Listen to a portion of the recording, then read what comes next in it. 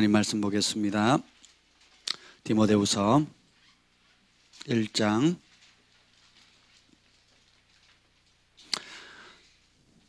디모데후서 1장 7절부터 14절 말씀입니다.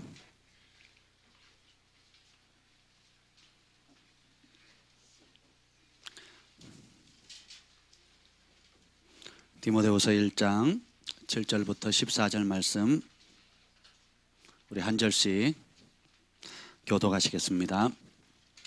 하나님이 우리에게 주신 것은 두려워하는 마음이 아니요 오직 능력과 사랑과 절제하는 마음이니 그러므로 너는 내가 우리 주를 증언함과 또는 주를 위하여 갇힌 자 된 나를 부끄럽고 하지 말고 오직 하나님의 능력을 따라 복음과 함께 고난을 받으라. 하나님이 우리를 구원하사 거룩하신 소명으로 부르심은 우리의 행위대로 하심이 아니요 오직 자기의 뜻과 영원 전부터 그리스도 예수 안에서 우리에게 주신 은혜대로 하심이라.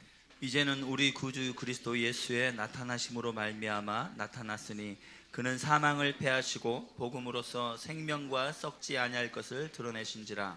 내가 이 복음을 위하여 선포자와 사도와 교사로 세우심을 입었노라. 이로 말미암아 내가 또 이 고난을 받되 부끄러워하지 아니함은 내가 믿는 자를 내가 알고 또한 내가 의탁한 것을 그날까지 그가 능히 지키실 줄을 확신함이라. 너는 그리스도 예수 안에 있는 믿음과 사랑으로서 내게 들은 바 바른 말을 본받아 지키고 우리 안에 거하시는 성령으로 말미암아 내게 부탁한 아름다운 것을 지키라. 아멘. 성령 하나님 환영합니다. 이곳에 오시옵소서. 우리를 사로잡아 주시옵소서. 여호와 영이 나를 통해 말씀하시며 그 말씀이 내 혀에 있다는 그 다윗에게 부으신 은혜를 우리 모두에게 부어 주시옵소서. 오늘도 원근각처에서 주님 앞에 예배드리는 모든 하나님의 백성들 위해 성령님 직접 찾아가 주시고 말씀하시고 위로하시고 힘주시고 능력 주시옵소서. 오늘도 병상에서 회복 가운데 있는 우리 강명숙 자매님, 우리 어머니 주님의 긍휼과 사랑과 회복케 하는 놀라운 은혜가 급속해지도록 축복하여 주시옵소서.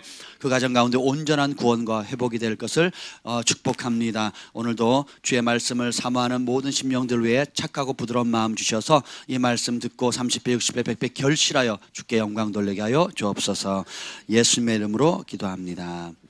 아멘. 할렐루야. 우리 옆에 분들에게 오늘 새해 첫 주일인데 다시 한번 인사드립니다. 새해 복 많이 받으세요. 아멘. 하나님의 은혜 안에 강합시다. 아멘. 예. 감사합니다. 자, 지난 금요일 제가 그 디모데후서 말씀을 통해서 영원한 가치가 있는 세 가지 고난이라는 말씀을 전하고 있습니다. 그 금요일 날 다 전하려고 했는데 못해서 세 번에 걸쳐서 나눠서 해야 될 것 같아요.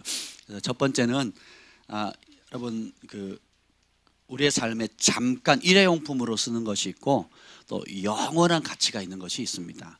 근데 특별히 제가 오늘 디모데후서 말씀을 계속 이렇게 묵상하면서 발견한 세 가지 영원한 가치가 있는 고난이 도대체 뭘까? 그걸 한번 생각했으면 좋겠어요. 그래서 첫 번째가 마음을 지키기 위한 고난이라고 금요일 나눴죠. 예, 왜냐하면 이 마음을 지키지 못하면 다 무너집니다. 삶의 목적도 무너지고요. 내가 왜 사는지, 내가 왜 이 고생을 하는지, 내 인생의 방향은 뭔지, 내가 자식들 앞에 왜 이 고생을 하는지, 내가 왜 빨래를 하고 밥을 하고 일상의 소소한 일을 하는지 마음을 못 지키면 다 무너지는 겁니다. 근데 이것을 지킬 수 있는 방법이 뭐라고요? 2장 1절 한번 읽어보겠습니다. 2장 1절 이미 며칠 지나지 않았는데 까먹으시면 안 돼요. 시작. 내 아들아, 그러므로 너는 그리스도 예수 안에 있는 은혜 가운데서 강하고. 아멘. 예수님이 주신 은혜 안에서 강해지는 법을 배워가야 됩니다. 예. 그러지 않으면 자꾸 화살을 쏴요. 남편 때문에, 아내 때문에, 환경 때문에, 직장 때문에, 돈이 없어서, 건강이 또 그래서 그 원인을 자꾸 어떻게 해요? 다른 사람에게 쏩니다. 그러다 하다 안 되면 누구를 향해 쏩니까? 자기를 향해 쏘는 거거든요. 그래서 우울증이 오고 그럼 침대가 자기를 끌어당기면서 왜 사나? 죽자 이렇게 얘기를 하는 겁니다. 근데 감사한 것은 그런 절망의 상황 가운데 주님께서 내버려 두지 않으시고 찾아가 주시고 다시 일어날 수 있는 용기를 주신다는 겁니다. 그래서 우리 사람은 예수님께, 하나님께 사로잡힐 때만 행복해지도록 창조하셨어요. 한때 여러분 가운데 뭐 내가 좀 잘한다, 어느 분야에 성공을 했다, 이것은 내가 자긍심을 갖는다는 영역이 있을 겁니다. 어떤 사람은 내가 남부럽지 않은 명예를 얻은 사람도 있고, 어떤 사람은 남부럽지 않은 돈을 만져본 적도 있을 것입니다. 제 친구 아버님이 그 얘기를 하더라고요. 그 유교 동란 이후 굉장히 가난했을 때인데 누가 쌀을 줬대요. 쌀을 줘가지고 그냥 그때는 막 쌀이 막 남아 돌았대요. 그래서 쌀을 잘 쌓아뒀다가 했는데 갑자기 농사가 그 다음 해 농사가 흉년이 졌다네요. 그래가지고 그 쌓아놓은 쌀을 친척들한테 공짜로 받은 건데 그거를 이제 쌀값이 폭등을 했으니까 그걸 팔아가지고 매일 파는데 친구가 그 얘기를 하더라고요. 아버지가 그 돈을 세는데 그때는 뭐 은행이나 넣기가 이렇게 불편했으니까 푸대자루 있죠. 마대자루, 푸대자루로 돈을 잔뜩 넣고 그거 세느라고 방바닥에서 돈이 막 흘러 넘친대요. 죄송합니다. 여러분 그런 경험 안 해보셨죠? 근데 그것이 그 가정의 행복을 결국 주지 못합니다. 시간이 지나면 잠깐은 기쁘고 또 잠깐은 그 재물로 인해 가지고 뭔가 혜택을 누리고 편리함은 있지만 그 편리함 뒤에 숨어져 있는 위험은 이루 말할 수가 없습니다. 그래서 하나님께서 우리에게 은혜를 깨닫게 해주시는 건 뭐냐면 너는 나 없이는 행복할 수 없다. 이걸 가르쳐 주시는 거예요. 명예를 얻던 돈을 얻던 또 나름 특정한 분의 지식을 쌓거나 남이 부러워할 만큼의 사회적인 명망을 얻는다 할지라도 하나님께서 우리 DNA 자체를 주님과 함께 할 때만 행복해지도록 창조하셨다라는 겁니다. 참 지혜로우신 것 같아요. 그래서 이 두 번째는 오늘 뭘 나누냐면 거룩한 부르심의 소명을 이루기 위한 고난입니다. 이 가운데 하나님께 부름받지 않은 사람은 하나도 없어요. 제가 어릴 때는 우리 그 목사님들이나 부흥사님들이나 기도 많이 하는 권사님이 사명자입니다. 그러면 그 말은 뭐예요? 이 사람은 대단한 사람이고 나머지는 찌꺼기들. 이 찌꺼기 같은 인생들. 그래서 강사님들이 오면 저보고 사명자다 이런 소리 많이 하셨어요. 그럼 나는 그렇지 알아주는 누가 날 좀 알아주는구나 이렇게 받아들여요. 나머지는 뭐예요? 찌끄레기들. 이 뭐라 그러죠? 무대. 나머지 사람들은 무대예요. 누구를 위한? 나를 위한 무대인 거예요. 그렇게 배웠어요. 그리고 지금도 많은 지도자들이 적지 않은 지도자들이 그렇게 가르치고 그렇게 생각합니다. 천만에요. 만만의 콩떡입니다. 그렇지 않아요. 여러분 자녀가 몇이 있습니까? 네, 3명, 삼총사. 저는 5명입니다. 독수리 형제 지구는 우리가 지킵니다. 걱정 안 하셔도 돼요. 그러면 우리 사랑이를 위해서 사랑이는 사명자고 나머지는 찌끄레기들. 왜냐? 아침에 눈 뜨면 사랑이가 쪼르륵 달려와서 제 방에 와서 저를 꼭 안아줍니다. 거의 매일. 나머지 애기들은 아무도 안 해요. 심지어 저희 집사람도. 제가 본받으라 그랬어요. 본받으라고. 그러니까 나머지는 찌끄레기 같은 인생이고 나한테 잘 보이는 사랑이만 사명자인 거예요. 이럴 부모가 있어요? 없어요? 없습니다. 근데 우리는 하나님을 그렇게 바라보는 거예요. 오늘 디모데후서에 보면 큰 집에는 귀한 그릇, 금은으로 만드는 귀한 그릇이 있고 또 나무나 토기로 만들어진 천한 그릇이라고 우리는 번역되어 있잖아요. NLT 성경에는 참 재밌게 번역했어요. 뭐냐면 금은으로 만든 귀한 그릇은 특별한 날에 쓰임받는 그릇이고 그리고 나무와 그 다음에 토기로 만든 그릇은 일상의 매일의 삶 가운데 자주 쓰이는 그릇이라는 거예요. 근데 우리는 이걸 비교하거든요. 금그릇, 은그릇, 똥그릇 이렇게 된다면 이렇게 바라본단 말이에요. 그렇게 자신을 또 봅니다. 그리고 누가 조금 탁월하거나 칭찬을 받거나 인정을 받으면 저 사람은 금그릇이고 저 사람은 탁월하고 부르심도 크고 큰일 할 사람이고, 나는 누구도 안 알아주고 재능도 없고 못 배웠고 뭐 나도 나 자신에 대해서 실망하고, 우리 부모님도 늘 부모님한테 주변 사람한테 늘 니까짓 게 뭐 하겠어 라고 묵시에 그 뭐죠, 말은 하지 않지만 니까짓 게 뭘 할 수 있겠어 라는 게 그냥 자타가 공인된 삶을 사는 겁니다. 속임입니다. 우리 가운데 그 어느 누구도 하나님의 지고한 부르심을 받지 않은 사람이 없습니다. 그래서 여러분이 있는 특별한 부르심, 글쎄요, 예, 있습니다. 그 뭐예요? 그릇대로 쓰는 거예요. 여러분 집에 가면 그 찻잔, 비싼 찻잔 있죠. 본 차이나 또 뭐가 비싸나요? 하여튼 뭐 그 매일 씁니까? 안 쓰잖아요. 근데 여러분 종이컵 많이 쓰고 또 텀블러 매일 가지고 다니고 있고, 또 제가 아침마다 이제 내려먹는 컵이 있거든요. 커피 마실 때. 그 컵은 다른 컵보다 좀 커요. 커서 매일 씁니다. 그냥 먹자마자 바로 씻어놔요. 제가 그 컵을 좋아합니다. 그래서 그렇게 쓰임 받는 게 있고, 그런데 그 정말 귀한 비싼 찻잔은 1년에 몇 번 안 나와요. 누구 때문에? 귀한 손님 오면. 나도 쓰기가 아까워. 설교할 때도 조심스럽고. 예, 용도가 다른 거지 가치가 다른 게 아니에요. 용도가 다른 것이지 가치가 다른 게 아니라는 겁니다. 우리 주한이는 책 읽는 게 행복하대요. 그래서 책을 보면 쉽게 생각합니다. 우리 경환이는 운동하는 게 즐겁대요. 네, 우리 김 목사님은 중보하는 게 행복하대요. 아이들하고 같이 기도하고 아이들을 가르치고 하는 게 행복하대요. 각기 용도가 다른 겁니다. 예배하는 걸 즐거워하는 사람, 남을 도와주는 거, 남 밥 사주는 거, 커피 사주는 거, 이런 걸 좋아하는 사람이 있어요. 난 딴 건 못해도, 우리 주일날 보면 우리 자매님께서 그냥 제가 좋아하는 자몽티를 매주 지금 여러분도 많이 지금 얻어먹고 계시죠? 예, 아멘. 왜 이분만 하셔야 되느냐 말이에요. 다 하실 수 있는데, 그죠? 그걸 즐거워하는 겁니다. 그 자리를 차지하셨어요. 예, 다른 사람이 하면 뭐 두 컵, 세 컵 먹으면 안 되니까 양보하는 것 뿐이죠. 여러분 다 하실 수 있는데, 그렇잖아요? 생각해 보세요. 그래서 여러분이 내가 남과 다른 특별한 부르심을 받았다는 생각 자체를 버리셔야 돼요. 그리고 저 사람이 나보다 은사가 있고 재능 있고 탁월하다 할지라도 저 사람이 나보다 더 특별하다는 사고방식 자체를 박살을 내셔야 됩니다.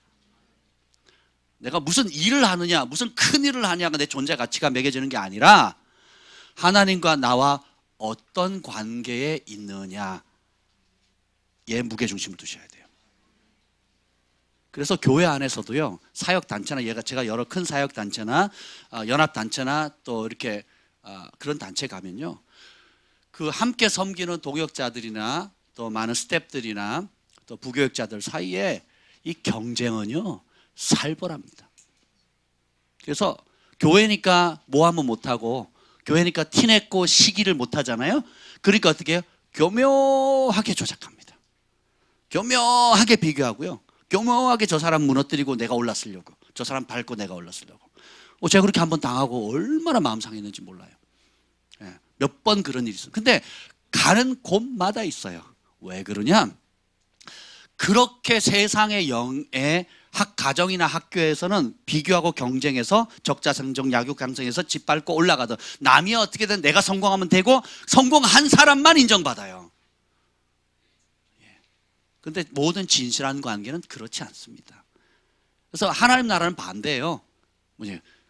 하늘의 미랄이 땅에 떨어져서 썩어지는 겁니다. 그래서 어떻게 돼요? 나로 인해, 따라합시다. 나로 인해서 얼마나 많은 영혼들이 살아나는 거예요. 나로 인해서 얼마나 많은 사람들이 세워지느냐. 우리 부모가 자식을 키울 때의 보람이 무엇입니까? 기쁨이 무엇입니까? 엄마가 우리 아버지 세대는 초등학교, 중학교 나가기가 어려웠어요. 대학 나왔다 그러면 대단했습니다. 그러니까 아버지가 초등학교밖에 안 나왔으니까 너는 학교 가지 마라. 이상하잖아요? 오히려 거꾸로죠. 내가 배우고 싶었는데 환경과 여건과 재정이 안 돼서 부모님의 형편이 안 돼서 못 배웠으니까 나는 한 맺혔다. 그러니까 너는 최선을 다해서 공부해라. 네가 하고 싶은 대로 뭐 유학을 가든 내가 힘 닿는 데까지 밀어줄게. 그러잖아요. 그러니까 우리 부모의 속성 자체가 뭐예요? 자식이 나보다 잘 되기를 원하거든요. 그래서 결국 자식이 잘 되는 게 누구의 영광이에요? 나의 영광이에요. 그렇죠? 똑같습니다. 그럼 부모의 실력은 자녀가 나보다 못하게 함으로 내가 영광 받는 게 아니고 자녀가 나보다 잘 되게 만듦으로 내가 영광을 받잖아요. 하나님의 몸된 교회가 이와 같다라는 겁니다. 생각을 바꾸셔야 돼요. 저희 교회가 등록 조건이 직분을 내려놓는 거라 그랬잖아요. 왜 그럴까요? 뭐 조그마한 교회에 뭐 이렇게 뻐길 게 있다고 교회 등록 조건 자체를 직분을 내려놓는 겁니다. 왜 그럴까요? 여러분이 하나님 앞에 동일하게 존귀하다는 걸 먼저 알리는 겁니다. 그리고 나무는 뭘로 알린다고요? 열매를 맺는 거예요. 그래서 빛은 아무리 감추려고 해도 감출 수가 없고 맛있는 음식점은 망할 수가 없어요. 맛없는 음식점은 아무리 홍보를 하려고 해도 한번 밥 먹고 가면 다시 와요, 안 와요? 여러분이 맛은 어떻습니까? 여러분의 빛의 강도는 어떻습니까? 그래서 자신을 실제적으로 보라는 거예요. 그래서 저희가 앞으로도 이제 교회 안에서 이제 리더들을 이렇게 세워갈 건데 지명 안 해도 됩니다. 교회에서 공식적으로 안 세워도 돼요. 섬김의 은사가 있는 분은 그 자리에서 섬기는 게 즐거움을 합니다. 가르치는 은사가 있는 사람은 그냥 가르치는 게 즐거워요. 베푸는 데 은사가 있는 사람은 그냥 베푸는 담당하십시오. 구제 담당하시 않아도 그냥 따라서 그것 자체가 삶이다. 인격이다. 그래서 그 빛의 영향이 다른 빛보다 더 커지는 거예요. 남들보다 구제의 빛이 더 빛나는 사람이 있고 남들보다 섬김의 빛이 더 빛나는 사람이 있어요. 남들보다 중부하고 그죠? 남들보다 더 겸손하고 세워주고 격려해주고 바나바처럼 사람들을 일으켜주는. 그래서 결국은 예수님 믿기 전에는 자기를 위해 사는 삶, 자기한테 투자하는 삶, 그리고 자기만 행복하면 되는 삶으로 살다가 이제는 성령 받고 변화되어지면 어떻게 돼요? 따라서 나를 통해서 다른 사람이 행복해지는 거다. 네, 그걸 아셔야 됩니다. 그래서 저희 교회도 이제 우리 팀별이 세워져서 이제 조금씩 이제 리더들이 세워져 가고 있는데 내가 특별하다는 생각을 빨리 버리셔야 돼요. 그래서 우리 하나님 나라는 뭐예요? 우리 리더로 세워지면 세워질수록 여러분 뭘 생각하셔야 돼요? 나를 통해서 얼마나 많은 사람들이 세워질 것인가를 기대하셔야 돼요. 그래서 교회에서 권위를 주고 세운다라는 걸 믿으셔야 됩니다. 아멘. 그래서 화려한 무대에 나 혼자 서서 짜잔 슈퍼맨 이런 시대가 이건 성경이 아닙니다. 이건 하나님 뜻이 아니에요. 하나님 모든 자녀가 자기 부르심 안에서 찬란하게 빛을 발하기를 원하는 겁니다. 서로 시기하지 마세요. 축복하십시오. 네. 그리고 내가 세워지면 뭘 하겠다는 생각 자체를 버리세요. 지금 있는 그 자리가 여러분이 가장 빛나고 열매 맺는 자리예요. 예, 그러면 자연스럽게 사람들이 붙고 사람들이 내가 작게 얘기해도 크게 듣습니다. 작게 얘기해도 그게 삶의 영향력이거든요. 그리고 영적 권위가 자연스럽게 옵니다. 그래서 때가 되면 하나님께서 드러나게 세우는 사람이 있고 성숙하고 하나님 기뻐함에도 불구하고 여전히 감춰서 쓰시는 사람이 있다라는 거예요. 그래서 드러난 성공의 여부로 자신이나 남을 판단하는 것이 아니라 죽는 날까지 하나님과 나와의 관계가 어떠한가에 초점을 맞추셔야 돼요. 어떠한 관계를 가지고 있는가, 그 관계가 더 깊어지고 있는가, 멀어지고 있는가. 어제 제가 콜롬비아 7 청년들이 단체로 어느 날 1995년도에 교회 그 야유회 가기 전에 교회에서 기도하는데 성령이 임해가지고 막 방언이 터지고 주님이 단체로 지옥에 7명을 데려가고 단체로 그 다음에 천국 7명을 데려갔어요. 그 제가 그거를 이제 그 홈페이지를 우연히 알게 돼가지고 그 MP3로 영어를 다운로드 받아가지고 어제 밤늦게까지 듣다가 또 밤새 이제 자기 전에는 지옥 스토리를 들었어요. 지옥 스토리가 1시간 10분이에요. 영어로 이렇게 돼 있고 그 다음에 한글 스토리가 아니지 천국 이야기가 30분이에요. 그래서 제가 막 김 목사님 들어오기 전까지는 막 지옥의 간증을 듣는데 막 가슴이 막 저며드는 거예요. 그러다가 잘 때 그러고 자면 안 되잖아요. 그 뭐 정말 지옥에 떨어질 것 같아요. 그래가지고 근데 이제 천국서를 듣는데 막 너무너무 좋더라고요. 근데 그 중에 하나가 이제 상징적으로 어떤 간증을 하는데 뭐라고 얘기를 하냐면 하나 예수님께서 꽃을 보여주시는데 다채로운 꽃들인데 어떤 꽃은 활짝 피고 어떤 꽃은 시들어가고 어떤 꽃은 시들었다가 다시 소생하고 어떤 꽃은 활짝 폈다가 다시 시들어가고 이런 다양한 형태. 주님 이게 뭡니까? 했더니 주님이 그렇게 가르쳐 주시는 거예요. 나의 자녀들이다.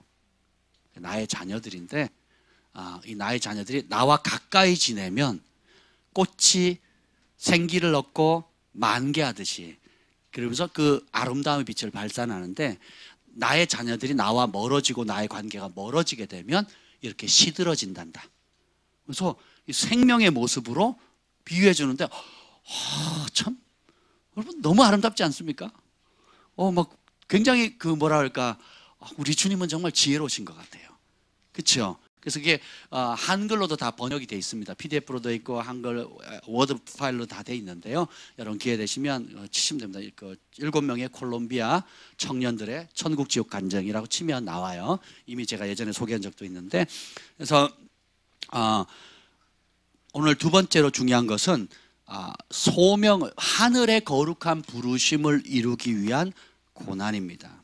그래서 여러분이 제가 결혼을 해보고 같이 살아가고 사람을 겪어보니까 왜 특별히 제가 다른 사람들과 저와 다른 점이 있다는 걸 알았어요. 예, 그게 뭐냐면 고난을 싫어한다는 거예요. 사람들이 고난을 싫어해요. 저는 그게 너무 이상해요. 저한테는. 왜냐? 너무 처절한 환경 속에서 제가 자랐기 때문에 어릴 때부터 이사도 많이 다니고 그리고 자연과 더불어서 놀이터가 자연이었고 방학 때는 아침에 나가면 점심 저녁 해 떨어질 때까지 밖에서 먹고 마시고 뭐 그걸 다 했어야 됐어요. 뭐 집에서 밥을 안 줘서 그런 게 아니라 그냥 자연과 더불어서 살다 보니까 배고프면 가을에 옥수수 있으면 옥수수 밭에 옥수수 따가지고 쓰레기장에서 후라이팬 주워가지고 불 피워가지고 끓여가지고 옥수수 먹고 그래도 배고프면 이제 가재 잡아가지고 가재 구워서 먹고 또 뭐 머루다래 또 고구마 캐서 먹고 또 설이라는 이름으로 뭐 수박도 훔쳐 먹고 옆집 딸기도 훔쳐 먹고 예 그리고 물고기 잡고 뭐 이러고 살았단 말이에요. 그리고 그 교회를 다니면서 제가 또 다니기 전에 운동을 하면서 많이 두들겨 맞고 또 훈련을 많이 받았고 그리고 예수 믿으면서 그 장손이 제사 지내지 않는다 그래서 굉장히 많은 핍박을 당했습니다. 그리고 그 이외에도 여러 가지 학교에서도 다른 거 아니에요. 예수님 믿기 때문에 신앙 때문에 오는 충돌, 세상과의 충돌 때문에 많은 고난과 시련들이 있었어요. 그래서 저는 이게 성경을 예수님 말씀을 읽을 때 의인은 고난이 많고 복음과 함께 고난 받으라 하는 말을 그냥 환경적으로 그냥 자연스럽게 받아들였어요. 근데 결혼을 해보니까 손에 물 안 묻히고 자란 여인들이 많더라고요. 뭐 우리 집 얘기는 아니에요. 세탁기 버튼 한번 안 눌러봤다고 그렇게 살아온 정말 금이야 오기야 곱게 키운 아낙네들이 참 많아요. 제발 그딴 식으로 키우지 마세요. 얼마나 힘든지 몰라. 결혼한 다음에 본인도 힘들고 남도 힘들고 그 사회 적응률 제로. 근데 여러분 생각을 바꾸셔야 돼요. 고난이라고 쓰고 영광이라고 읽으셔야 돼요. 고난이 영광이고 영광이 고난이에요. 이해가 되세요? 그래서 제가 전에도 말씀드렸죠. 고난에 대한 고난은 나쁜 것 이렇게 생각하시면 안 돼요. 예수님을 위한 고난은 최고의 가치가 있는 것이라고 오늘 이 시간부터 뼈에 새기세요. 따라서 고난은 귀한 것이다. 네, 어렵습니다. 네, 힘듭니다. 네, 피하고 싶어요. 그런데 최고의 가치가 있는 겁니다. 여러분 그 엮기를 왜 들어요? 힘든데 땀 뻘뻘 흘리면서. 우리 정현 형제가 제가 이렇게 엮기 드는 법 가르쳐 달라 했더니 제가 이렇게 하면 됩니다 하는데 난 미치겠더라고요. 뭐 최고의 무게를 가지고 뭐 한 다음에 하나씩 빼가면서 하는 거래요. 그래서 그렇게 말 1시간 해야 되겠네요. 그렇죠. 땀 다 젖습니다. 저는 지금 처음에 5개로 시작해가지고 지금 15개 하거든요. 30kg인가 40kg인가 그걸 15개를 합니다. 그것도 힘들어요. 그거 하는데 한 3분도 안 걸리거든요. 하루에 한 번 합니다. 근데 되게 힘들어요. 2번 하고 싶죠. 2번 하려면 막 팔이 막 부들부들 떨립니다. 근데 이거를 막 근데 그렇게 하는 이유가 뭐예요? 그 이제 근력과 어떤 체형의 변화라든지 자기가 원하는 목표를 달성하는 그것 때문에 우리 집에 둘째 아들은 팔굽혀펴기 기본 300개입니다. 매일 300개, 400개 기본적으로 합니다. 몸이 얼마나 좋은지 몰라요. 그리고 사진을 2장 찍습니다. 자기 사진, 제 사진. 그리고 유튜브에 올리겠다, 페이스북에 올리겠다고 막 협박합니다. 용돈 올려달라, 막 이렇게. 안 돼! 막 이러고. 돈을 벌려거든요. 남들보다 더 일찍 일어나야 되고요. 몸을 아름답게 만들려고 해도 다이어트 해야 되고, 운동해야 되고, 절제해야 됩니다. 진짜 자기가 원하는 가치 있다고 생각하는 무언가를 얻으려고 하면 좋은 성적을 얻으려고 해도 남들보다 열심히 공부를 해야 되고요. 그렇죠? 그러면 기꺼이 대가를 지불하잖아요. 그렇죠? 또 직장 생활하거나 사회생활 하면 그 월급 받으려고 혹은 사업을 따내려고 남이 갑질하는 거 다 참고 그러잖아요. 그래서 결국 내가 원하는 것을 못 참으면 어떻게 돼요?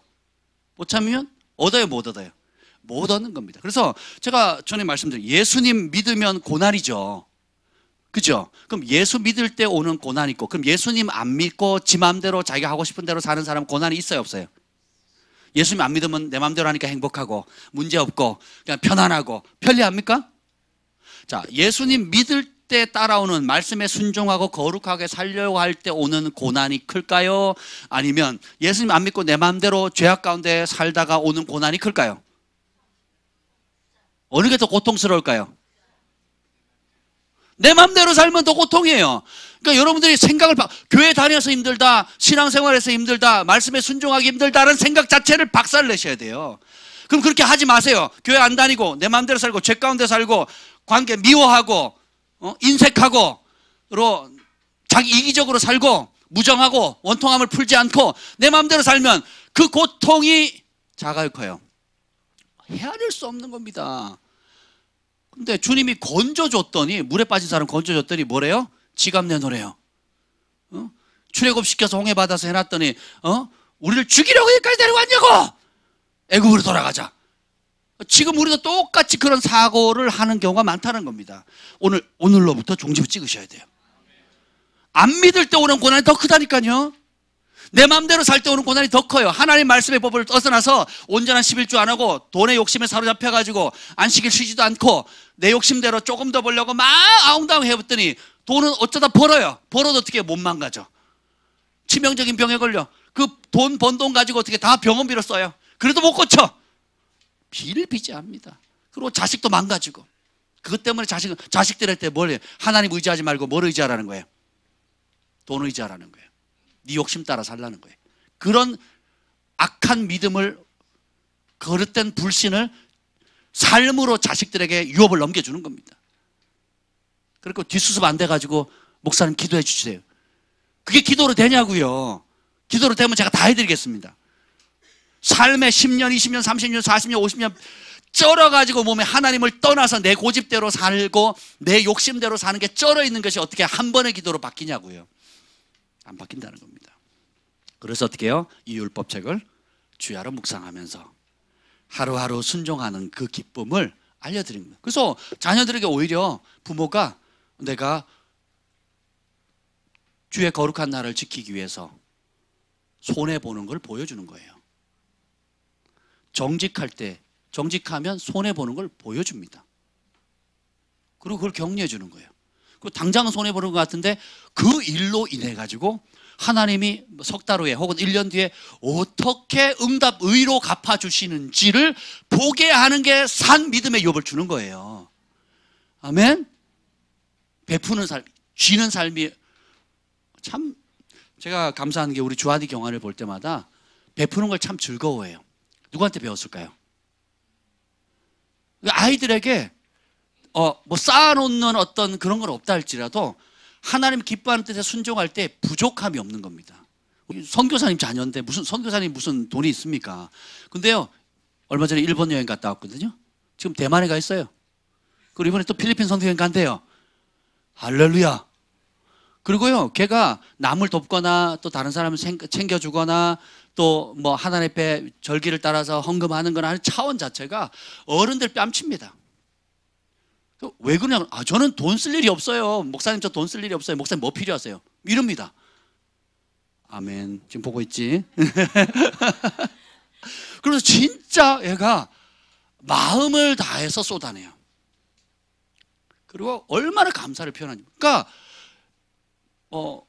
이번에도 이렇게 그 아버님이 연락이 왔어요. 얘가 학교를 가는데, 한동대에 합격을 했는데 등록비나 학교사비나 또 뭐 그 이전에 미리 친구들하고 뭐 잡아놓으면 이런 거 보면 너무너무 부담스럽다고 그러시더라고요. 근데 생각을 해보세요. 그래서 제가 그랬어요. 이 아이가 이제는 스스로 하나님 앞에 무릎 꿇고 기도해서 공급받는 훈련을 받을 때가 됐습니다. 부모님 손 떼시고 스스로 노가다 하거나 일해서 하나님께 구해서 받는, 그리고 이 아이는 은총을 받는 아이이기 때문에 하나님께 무릎 꿇으면 주님께서 응답하십니다. 그래서 하나님 앞에 아이가 스스로 공급받는 법들을 훈련받을 수 있도록 그냥 뒷짐지고 계세요. 제가 그랬어요.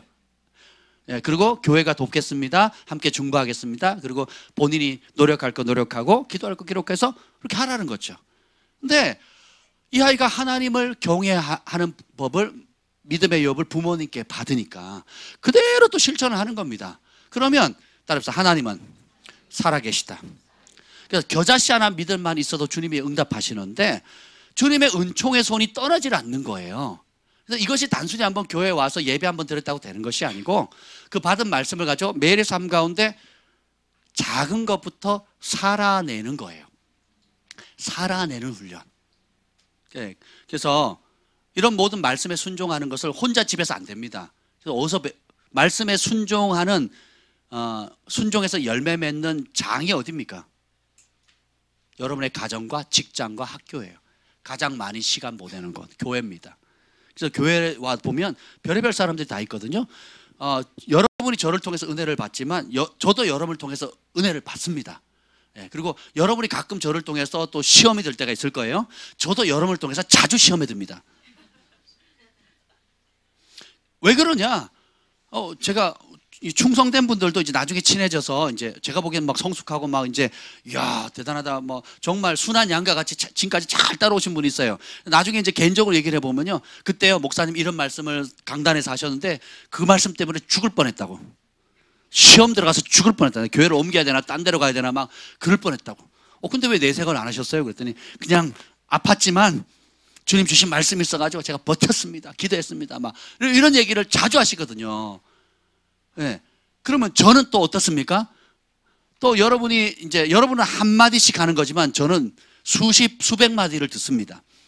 그러면 그걸 영적으로 진단을 해서 어떻게 해결책을 주고 어떤 방향으로 격리해서 어떻게 돌파할 건지에 대해서 막 김 목사님하고 저하고 또 정 목사님, 한나 사모님하고 막 팽팽 돌아갑니다.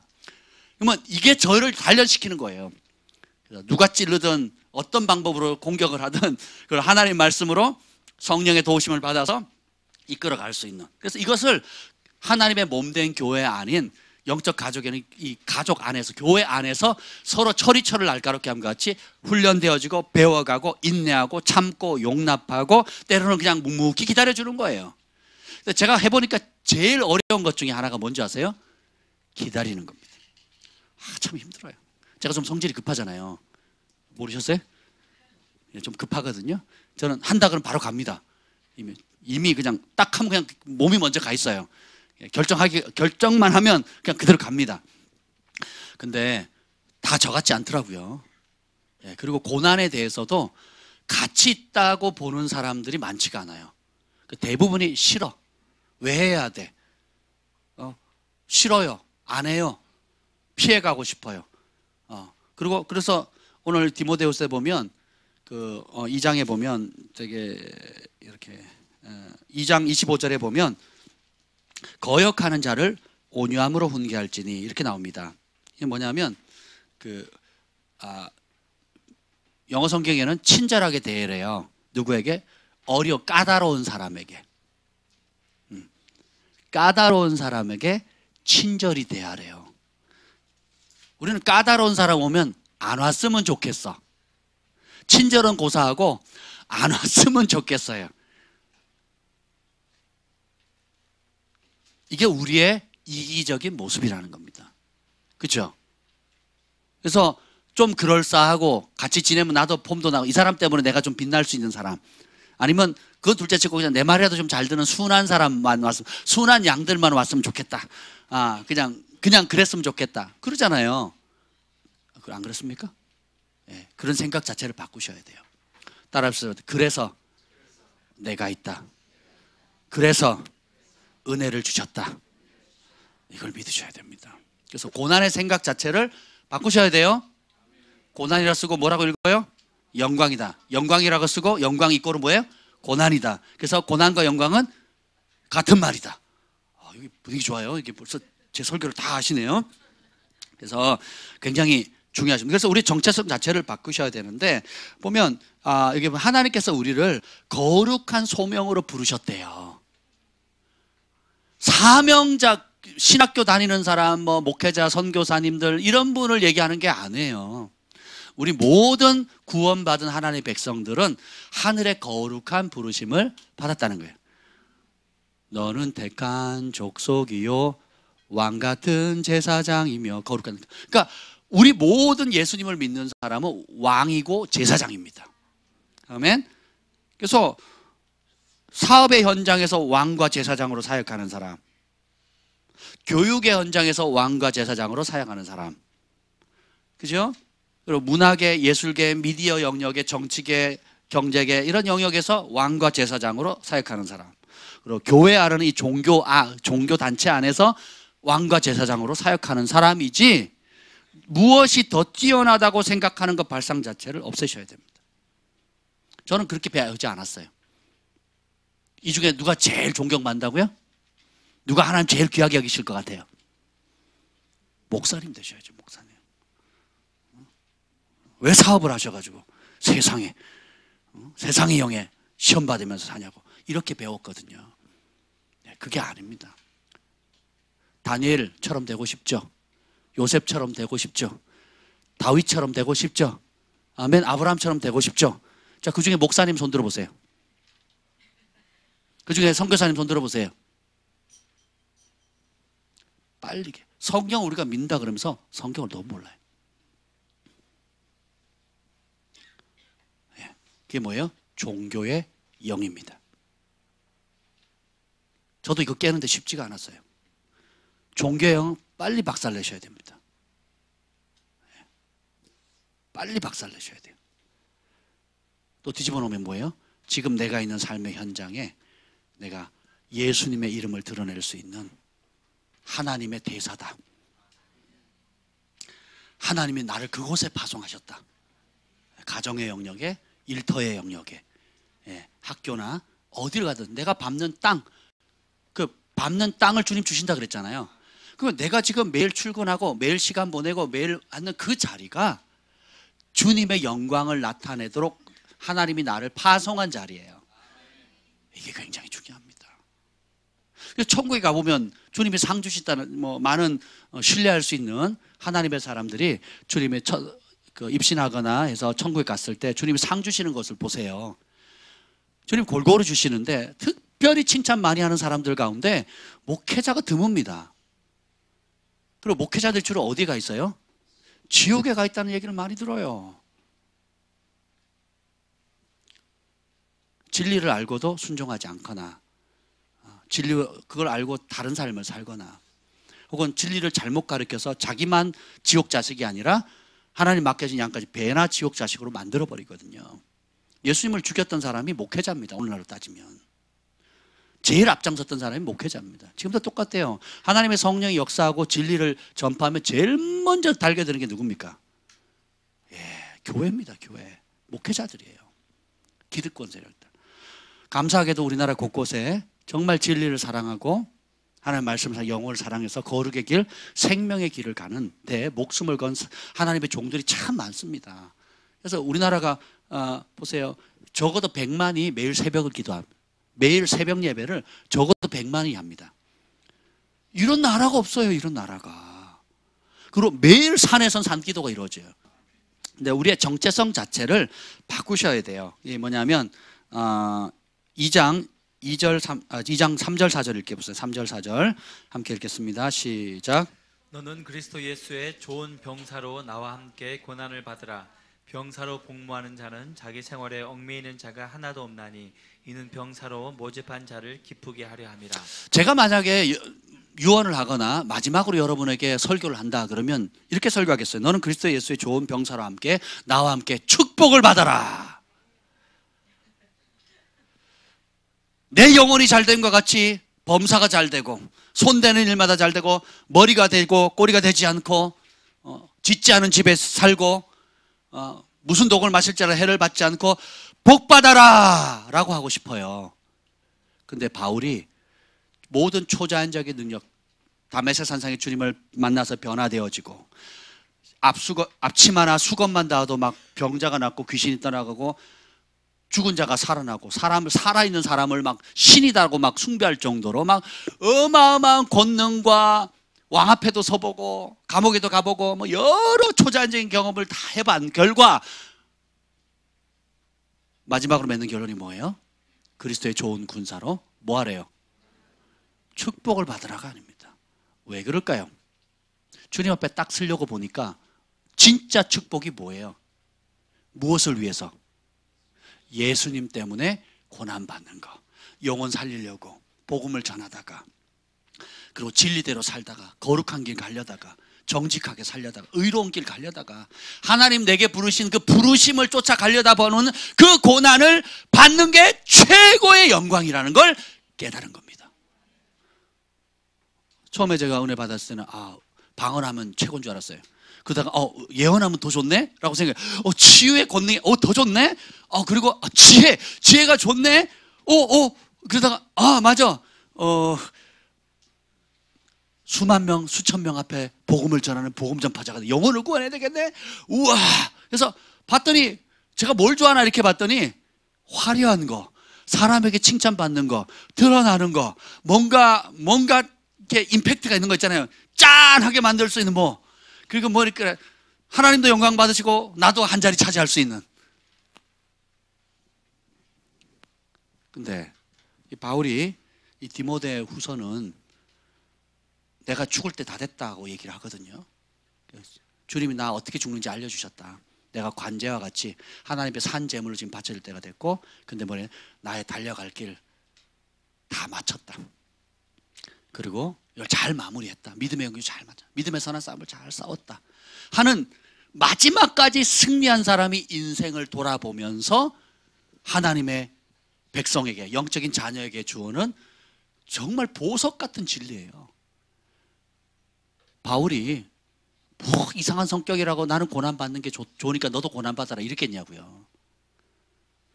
한번 생각해 보세요. 제가 신앙의 일대로 불신 가정에서 고난을 많이 받았습니다. 핍박을 많이 받았어요. 그러면서 하는 말이, 경환아 너도 그런 고난을 실컷 받아라. 주하나 너는 꽃배기로 받아라. 사랑아 너는 사랑이 많으니까 1000배로 받아라. 이럴 부모가 있겠냐고요. 그런데 이건 세상의 관점이에요. 하나님 앞에 의로운 재판장이신, 영원한 상급을 주신 그분 앞에 설 것을 딱 생각하니까 어떻게 보여요? 그것만큼 가치 있는 게 없는 겁니다. 나와 복음을 위해서 고난받으면 이 땅에서 고난을 받되 100배의 축복을 받고 내세의 영생을 얻지 못할 자가 없느니라. 그래서 복음을 위한 고난은 영생하고 직결되어 있어요. 근데 복음을 위한 고난을 피하면 그게 뭐예요? 주님을 부인하는 겁니다. 주님을 부인하면 주도 부인하신다고 나와 있어요. 2장 12절 읽겠습니다. 2장 12절 시작. 참으면 또한 함께 왕 노릇할 것이요 우리가 주를 부인하면 주도 우리를 부인하실 것이라. 복음서에도 예수님이 너희가 나를 사람 앞에 시인하면 나도 하나님과 천사들 앞에서 시인할 거고, 나를 부인하면 누구 앞에서 부인하면? 아니 누구 앞에서 부인하면? 사람 앞에서. 여러분 사람 앞에서 얼마나 부인합니까? 친척들 앞에서, 제삿날, 또 뭐 직장 생활 회식날, 그죠? 얼마나 많이 부인하는지 몰라요. 여러분 부인 안 하는지 모르시겠지만 부인 많이 합니다. 체면 때문에, 분위기 깰까봐, 또 저 상사가 나를 어떻게, 진급에 뭐가 어려울까봐, 이걸 알면 내가 손해볼까봐. 뭐예요? 주님이 부인할 때는 주님이 용납하지 않습니다. 그건 부인은 누가 선택해요? 제 부인을 제가 선택했거든요. 예수님을 시인하는 삶, 인정하는 삶을 누가 선택해요? 또 그걸 거부하고 사람 체면이나 사람 눈치나 혹은 내가 손해 안 보려고 내 이익을 따라 선택하는 것도 누가 선택하는 거예요? 근데 이 선택이 주님의 보좌, 백보좌 앞에 섰을 때에 어떻게 된다고요? 내가 사람 앞에 주님을 시인하지 않으면 주님도 천사들과 하나님 앞에 시인하지 않겠대요. 부인하면 부인하신다는 거예요. 근데 그런 어떤 상황에서도 주님을 인정하면 주님도 어떻게 해요? 천사들과 사람 앞에서 내가 이 사람을 위해서 피 흘려 죽었습니다라고 인정한다는 거예요. 나의 것입니다. 나의 친구입니다. 나의 신부입니다라고 하나님 앞에 인정한다는 거예요. 여러분이 그냥 자꾸 사형리나 어떤 교리적으로 여러분들이 동의하는 거에 예수님이 내 인생의 주님입니까? 아멘. 천국을 주심을 믿습니까? 아멘. 동의하는 게 주님을 인정하는 게 아니에요. 동의하면 그 사형리와 올바른 교리, 정말 100% 올바른 교리에 동의하면서도 예수님을 부인하는 삶을 얼마든지 살 수 있습니다. 직장에서, 일터에서, 가정에서, 친구들 만날 때. 교회는 다니고 예수님이 주인이라는 걸 입으로 믿고 동의를 하고 믿는다고는 하는데 삶으로, 말로, 행동으로 다 부인하는 삶을 사는 거예요. 왜? 고난받기 싫으니까. 체면 구기기 싫으니까. 손해볼까 봐. 승진 안 되면 안 되니까. 또 친척들이 어떻게 볼까 봐. 선교사님들도 그런 분들 꽤 있습니다. 아버지가 불신자니까 아버지의 기에 눌려가지고 제사를 본인은 절은 안 할지라도 그 제사를 못 지낸다는 말을 못 하는 거예요. 목사님들도, 선교사님들도. 그런 사람들이 있다니까요. 왜냐하면 그 가치를 모르니까 그런 겁니다. 남은 살리는데 내가 우리 아버지와의 영적인 충돌을 맞서서 이길 힘이 없는 거예요. 왜? 영적으로 소울타이가 돼 있어가지고 내 아버지, 육신의 아버지가 영원히 아버지인 거예요. 그게 하나님보다 더 큰 권위를 가지고 있는 겁니다. 오해하지 마세요. 부모님 공경해야 됩니다. 근데 그 부모님이 하나님의 법을 어기라고 하고 우상에 절하라고 하는데 부모님의 권위를 하나님의 권위보다 더 크게 생각하는 거예요. 제 정신이 아닌 겁니다. 근데 이런 길이 비일비재. 근데 그게 주님을 부인하고 있다는 사실조차도 몰라요. 그냥 내 믿음이 약하니까 그런 거지 뭐. 또 이 정도는 서로 화목하라 그랬으니까 가정의 평화를 위해서 그렇게 하는 거지 뭐라고 넘어가는 거죠. 그래서 주님이 멸망의 길은 넓고 편해서 찾는 이가 많지만 생명의 길은 좁고 협착해서 찾는 이가 적다 그랬거든요. 여러분 정신 바짝 차리셔야 돼요. 저의 사명은 여러분을 천국으로 이끄는 거고, 그리고 이 땅에 여러분의 주신 하나님의 그 부르심을 온전히 이루도록 도와드리는 거예요. 아멘. 거룩한 길 가도록 도와주는 것입니다. 그래서 그리스도의 좋은 군사로 복음과 함께 고난받아라. 할렐루야. 고난 받으십시오. 아멘 하셨어요? 고난 받으세요? 고난 받으십시오. 복음과 함께 고난을 받으십시오. 내 죄 때문에 내 잘못으로 인한 고난이 아니라 이제는 그건 끝났습니다. 예수의 말씀 때문에, 그분의 부르심 때문에, 그분의 뜻을 이루기 위해서 말씀을 지키기 위한 고난을 받으세요. 그것이 영광입니다. 고난이 행복이에요. 고난이 영광입니다. 고난이 주님을 기쁘시게 하는 거예요. 아멘. 그럼 담대함이 오는 겁니다. 그래서 나는 그리스도 예수의 좋은 군사다. 왜 하필이면 군사라 그랬을까요? 여기 보면 영어로 보면 그러니까 민간인과 다르다 그렇게 나와 있어요. 민간인. 그러니까 군인과 민간인은 생각 자체가 틀리죠. 예. 그래서 삶의 태도 자체가 틀립니다. 군인 정신 그러잖아요. 저희 조기축구에 해병대 출신이 있어요. 진짜 의리가 있어요. 저보고 철수 형님 그러거든요. 다른 사람은 목사님 그러는데 저보고 철수 형님 그래요. 그럼 얼마나 깍듯하게 하는지 몰라요. 인사 90도로 하고요. 굉장히 깍듯하게 대합니다. 근데 자기가 해병대 출신한 거에 대한 자부심이 굉장히 커요. 그리고 한변 해병, 영원한 해병, 귀신 잡는 해병 뭐 이러면서 되게 좋아합니다. 굉장히 깍듯해요. 그리고 다른 사람한테도 깍듯하고. 그래서 군대를 전역한 지가 꽤 됐는데도 불구하고 10몇 년이 지났는데도 불구하고 이 어떤 그 해병대 정신이 딱 배어 있는 거예요. 그래서 그것이 사람을 굉장히 유쾌하게 합니다. 그래서 사랑을 많이 받아요. 그러니까 실수해도 다 덮어져요. 왜냐하면 이쁜 짓 많이 하니까, 깍듯하게 대하니까. 근데 우리가 민간인 사고방식, 주님을 거듭나기 전에 이전에 편하게 생각했던 그 어떤 쩔어 있었던 세상의 방식들 빨리 버리셔야 돼요. 그 태도 자체를 바꾸는 겁니다. 내가 깡패라 그러면 무슨 말 하겠어요? 깡패 같은 말 하겠죠. 그죠? 내가 경찰이다 그러면 경찰 같은 사고를 받겠죠. 그러니까 깡패는 죄를 즐거워하겠죠. 경찰은 죄인을 잡거나 죄를 막겠죠. 그죠? 내가 민간인이라고 생각하면 보호받아야겠다고 생각하겠죠. 사랑받아야겠다, 대접받아야겠다. 왜 이런 권리를 안 해주냐고 권리를 요구하겠죠. 그래서 내가 군사다라고 얘기를 하면 초점이 어디 있어요? 나를 부르신 분, 나에게 명령 주시는 분, 나를 귀하게 여기셔 여기까지 부르신 그분을 향해서 초점을 맞추는 거예요. 완전히 달라집니다. 오늘 여기 보시면 1장 9절 읽겠습니다. 1장 9절 1장 9절 시작. 하나님이 우리를 구원하사 거룩하신 소명으로 부르심은 우리의 행위대로 하심이 아니요 오직 자기의 뜻과 영원 전부터 그리스도 예수 안에서 우리에게 주신 은혜대로 하심이라. 하나님이 우리를 불러서 사명 주신 이유는, 제가 처음엔 그랬어요. 뭐 내가 그래도 남들보다 좀 착하니까, 좀 마음이 이쁘니까 좀 그렇게 생겼잖아요. 그죠? 알아봤어요, 여러분. 박자가 늦었어, 박자가. 이미 박자가 타이밍이 늦었어요, 여러분. 진심이 안 느껴져. 저는 제 속으로 그렇게 생각했어요. 그래서 같은 내 친구가 갔는데 제가 제일 먼저 방언받고요, 또 제일 먼저 학생회장 되고요, 또 뭐 찬송가를 딱 들으면요 다 외워지는 거예요. 성경도 그냥 읽으면요 어디에 뭐가 있는지 다 기억나는 겁니다. 제 아내가 저를 처음 만났는데 성경 박사라 그랬거든요. 찬송가 뭐 몇 절 부르면 제가 몇 장에 몇 절에 어디쯤이라고 얘기를 했거든요. 제가 영어 성경 읽은 다음에 이 은사가 사라졌는데, 진짜 영어 성경 읽기 전에는 한글로 어디에 뭐가 있다는 걸 그냥 알아서 찾아줬거든요. 그러니까 제가 생각하기에 내가 남들보다 착하고 성실하고 열심히 있고 또 뭐가 있으니까 주님이 나한테 이런 걸 주신 거지 라고, 나도 모르는 자기의, 그리고 비교를 하는 건 결국 열등감이거든요. 남과 비교하거나 멸시하거나 우러러보는 건 열등감입니다. 뿌리가. 예. 그래서 나중에 이 말씀을 읽다가 충격받은 거죠. 내가 잘나서 뽑은 게 아니시구나. 오늘 이 방문해 본 뭐예요? 뭐라고 나왔습니까? 영원 전부터. 자, 우리의 행위대로, 우리가 뭘 잘해서가 아니라, 우리가 남들보다 뭐가 어때서가 아니라, 행위대로 함이 아니라 오직 하나님의 뜻과 영원 전부터 예수 안에 우리에게 주신 하나님의 은혜대로 하신 거예요. 자랑할 게 있다 없다? 없다는 거에서 하나님 나 같은 사람 불렀으면 다른 사람도 불렀을 수 있다는 거예요. 타다만 부지기행 같은 삶이라 할지라도 주님의 손에 붙들리면 모세 지팡이처럼 쓰임받는 겁니다. 아멘. 그래서 비교하거나 열등감에 빠지거나 우월감에 빠지지 마십시오.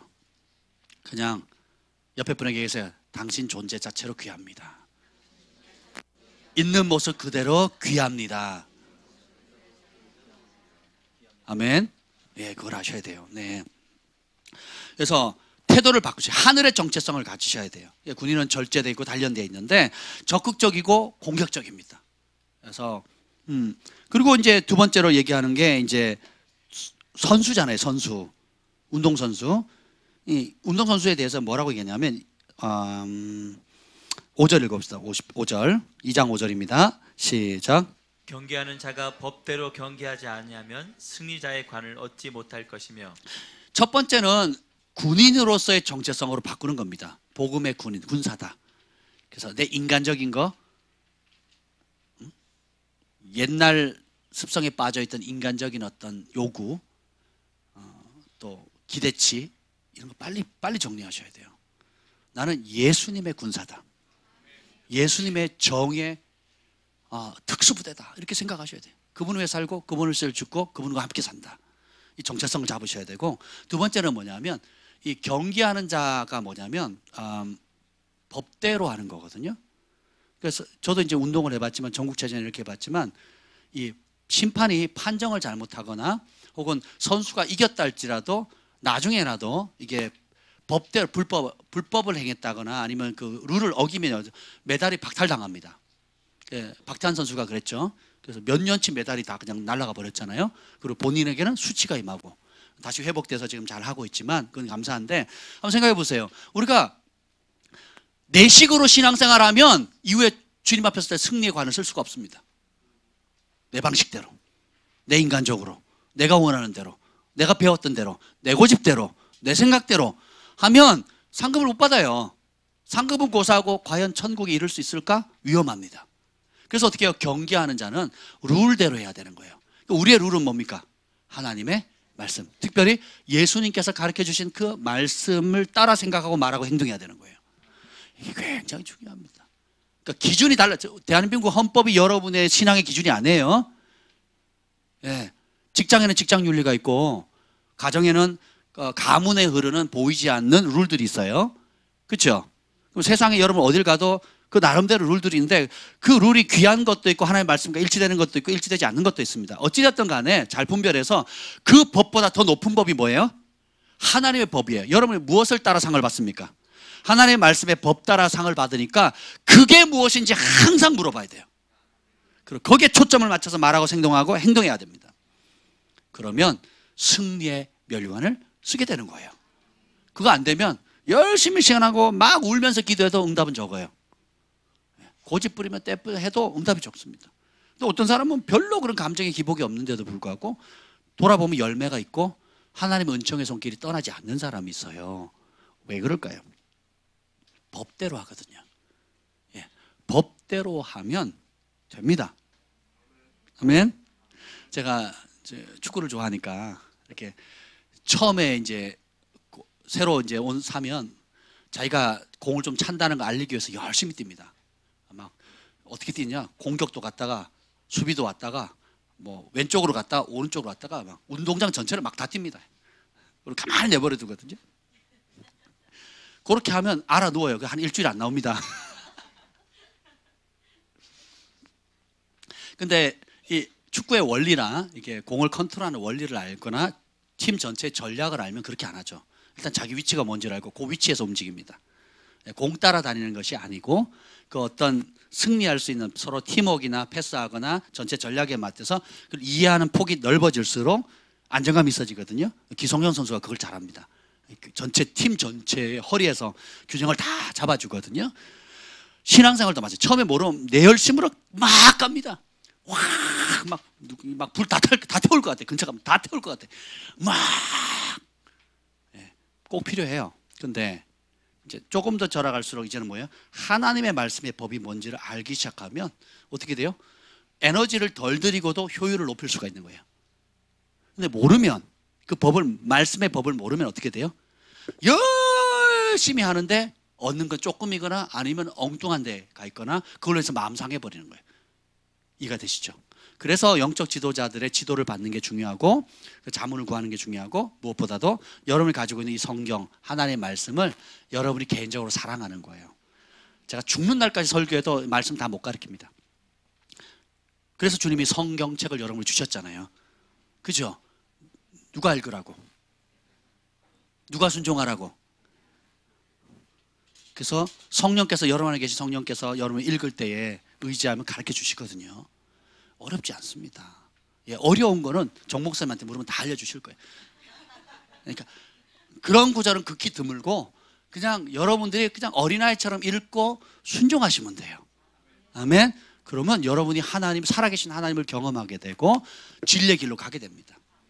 잘못된 거, 이단 이런 거 신경 쓸 필요도 없어요. 그냥 진짜를 바라보고 달려가면 돼요. 그 말씀을 여러분이 읽고 묵상한 그대로 순종을 하게 되면 주님께서 장래 백보자 앞에서 상을 주실 뿐만 아니라 하루하루 순종하는 그대로 하나님이 살아계시고 응답하시기 때문에 은총이 함께하는 걸 맛보게 된다니까요. 예, 그만하게 신앙생활 하는 겁니다. 예, 여러분이 아침에 일찍 일어나서 일터 가서 일하는 것도 월말 되면 월급 받는 그 기쁨 때문에 일을 하잖아요. 또 우리 아이들 알바 보니 뭐 밤에 일하는 거, 밤에 뭐죠? 짐 올랐다 내렸다 하는 거, 그 일을 왜 합니까? 돈 주니까, 그러니까 가치가 되니까 밤새서 그 일을 하는 겁니다. 밤새서 일하는 게 쉬워요, 어려워요? 힘들어요, 편해요? 해요. 왜? 돈 되니까, 가치가 있다고 생각하니까. 근데 그건 잠깐 쓰면 또 끝나거든요. 근데 우리가 하나님의 말씀을 따르고 예수님 말씀을 순종하면서 영혼을 살리기 위해서 거룩의 길, 생명의 길, 주님께 주신 부르심의 길을 갈 때 오는 고난이 있거든요. 그런 가치도 있을 뿐만 아니라 잘 견디고 기쁨으로 순종하면 영원한 하나님 상급이 있다는 겁니다. 따라서 하나님이 나를 부르셨습니다. 믿으세요. 군사로 부르셨고, 그리고 운동선수로 부르셨는데 법대로 하라는 거. 마지막에 농부는 뭐냐면 농부가 땀 흘려 수고했으니까 마지막에 추수할 때 제일 먼저 추수하는 기쁨을 누린다는 거예요. 그래서 여러분들이 이 일을 하늘의 부르심, 군사로서의 그 부르심과 그리고 법대로 경기를 잘해서 날마다 최선을 다하는 삶을 살게 되면 제일 먼저 칭찬받고 제일 먼저 그 상급을 받는다는 거예요. 영원한 나라에서 뿐만 아니라 오늘도, 오늘뿐만 아니라 영원한 나라에서 받는다는 거예요. 그래서 2장 15절 읽겠습니다. 2장 15절 읽겠습니다. 시작. 너는 진리의 말씀을 옳게 분별하며 부끄러울 것이 없는 일꾼으로 인정된 자로 자신을 하나님 앞에 드리기를 힘쓰라. 아멘. 자신을 하나님 앞에 부끄러움 없이 드리기를 힘써라. 누가? 신앙생활은 뒷짐지고 하는 게 아닙니다. 수동적으로 하는 게 아니에요. 믿음 생활, 말씀에 순종하는 거 목사님 안 가르쳐줬는데요. 우리 목사님 신방 안 했는데요. 신앙생활을 목회자에게 의지하는 사람들이 꽤 많습니다. 자기의 영적 나태함과 게으름을 목회자에게 의지하는 사람 굉장히, 그러니까 대부분 교회가 기저귀 갈아주고 있거든요. 기저귀 보면 더 유약하게 만들어. 네가 뭘 할 수 있어? 잠깐 다 컸는데 네가 뭘 할 수 있어? 내가 기저귀 갈아줄게. 내가 밥 줄게. 손대 내가 해줄게. 다 마마보이로 만들어버리는 거예요. 왜 그렇습니까? 말씀이 뭔지를 모르는 거예요. 오늘 하나님의 말씀, 제가 전에도 여러 번 말씀 전했지만 하나님이 기뻐하시는 뜻이 뭔지를 찾아서 그것을 이루어드리기를 뭐예요? 힘쓰라 그랬거든요. 그 힘쓰는 건 하나님이나 천사가 대신해 줄 수 없어요. 목사님이 대신해 줄 수 누가 해야 돼요? 내가 해야 되는 거예요. 주의 종들은 그 진리의 길을 선악간에 분별해서 하나님 기뻐하고 선하시고 온전한 뜻을 알려주는 겁니다. 삶의 본으로 보여주는 거예요. 그러면 그것을 여러분들이 저러면 되는구나, 저렇게 깨달아서 저렇게 행동하고 저렇게 대가집으로 하면 하나님 기뻐하시는구나, 어렵지만 가치가 있구나, 그리고 하나님이 기뻐하시는구나, 그 일로 해서 내가 복을 받고 내 자녀들이 복을 받고 내가 부르심을 이뤄가는구나, 이 맛이 있어야 돼. 이 맛이. 뒷짐지고 게으르게 안일하게 주님의 뜻이면 어떻게 되겠지? 여러분이 그런 기도 많이 하잖아요. 내가 할 일을 안 하면서 뒷짐지고 주님의 뜻이면 되겠지 라고 하는 게 영적인 나태함입니다. 게으름이에요.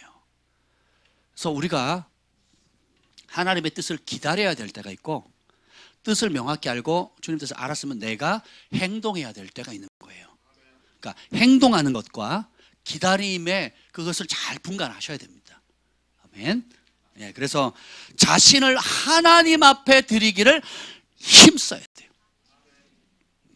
그러면 여러분의 삶에 그냥 있는 그 자리에서 굉장한 빛을 발합니다. 그래서 정 목사님은 오면 우리가 행복해져. 네. 누구만 오면 그냥 그 방이 비어버려요. 약속 있어 그냥 소리도 없이 싹 사라져. 그 사람이 등장하면 주변이 그냥 깨끗하게 청소되는, 아무도 곁에 있으려고 하지 않는 여러분의 영향력입니다. 근데 그게 뭐냐면 오늘 3장 말세에 고통하는 때 3장 1절 2절 읽어보겠습니다. 1절 2절 시작.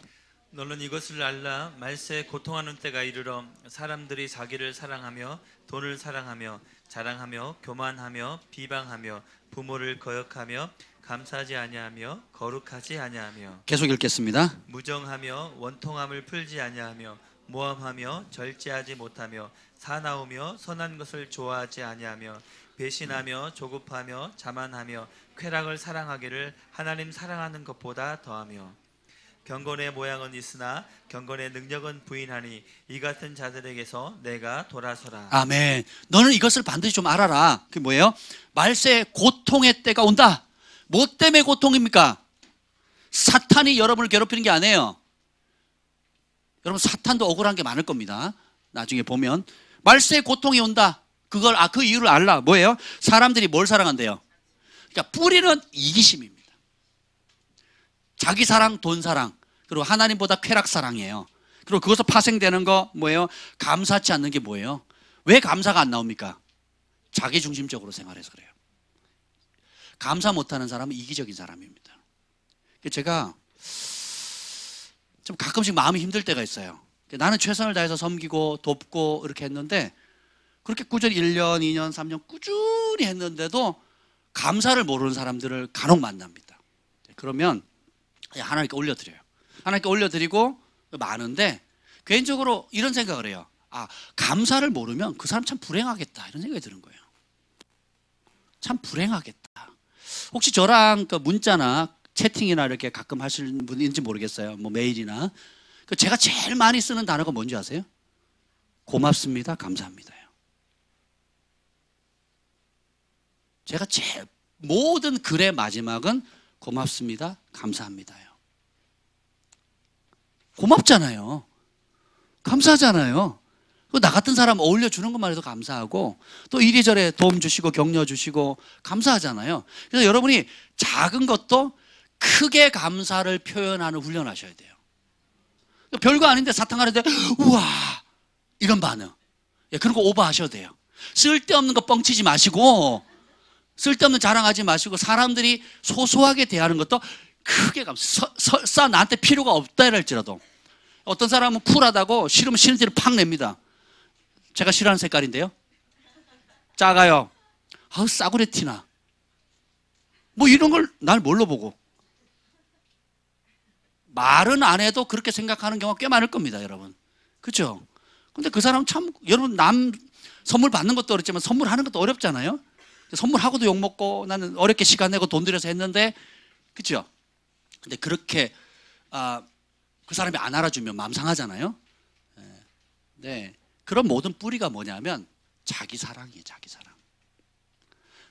아이들은 본능적으로 자기 거를 챙깁니다. 근데 성숙해 갈수록 결국은 뭐예요? 남을 먼저 챙겨. 하나님을 사랑하게 되면 내 이웃을 누구처럼? 내 몸처럼. 내가 대접받는 곳, 내가 있고 싶고, 내가 먹고 싶고, 내가 칭찬받고 싶은 말, 내가 격려받고 싶은 말, 내가 위로받고 싶은 어떤 따뜻한 손길. 그래서 어떻게 해요? 정말 내가 이런 말, 이런 행동, 이런 터치, 이런 선물, 이런 음식을 대접받으면 정말 좋겠다 하는 수준으로 끌어올리셔야 돼요. 근데 여러분 돈 쓰는 거 한번 보세요. 남한테 뭘 주거나 헌금을 하거나 남을 뭐 선교비를 돕거나 혹은 주변에 어려운 사람 도울 때는 굉장히 기도를 진지하게 합니다. 하나님 과연 이게 하나님 뜻이 맞아요? 100만 원? 잘못 들은 거 아니에요? 이거 내가 믿음이 없는 이거 현실이 아닌데 이거 현실이야. 근데 자기가 좋아하는 물건 하나 살 때는 옷은 100만 원짜리 안 아낍니다.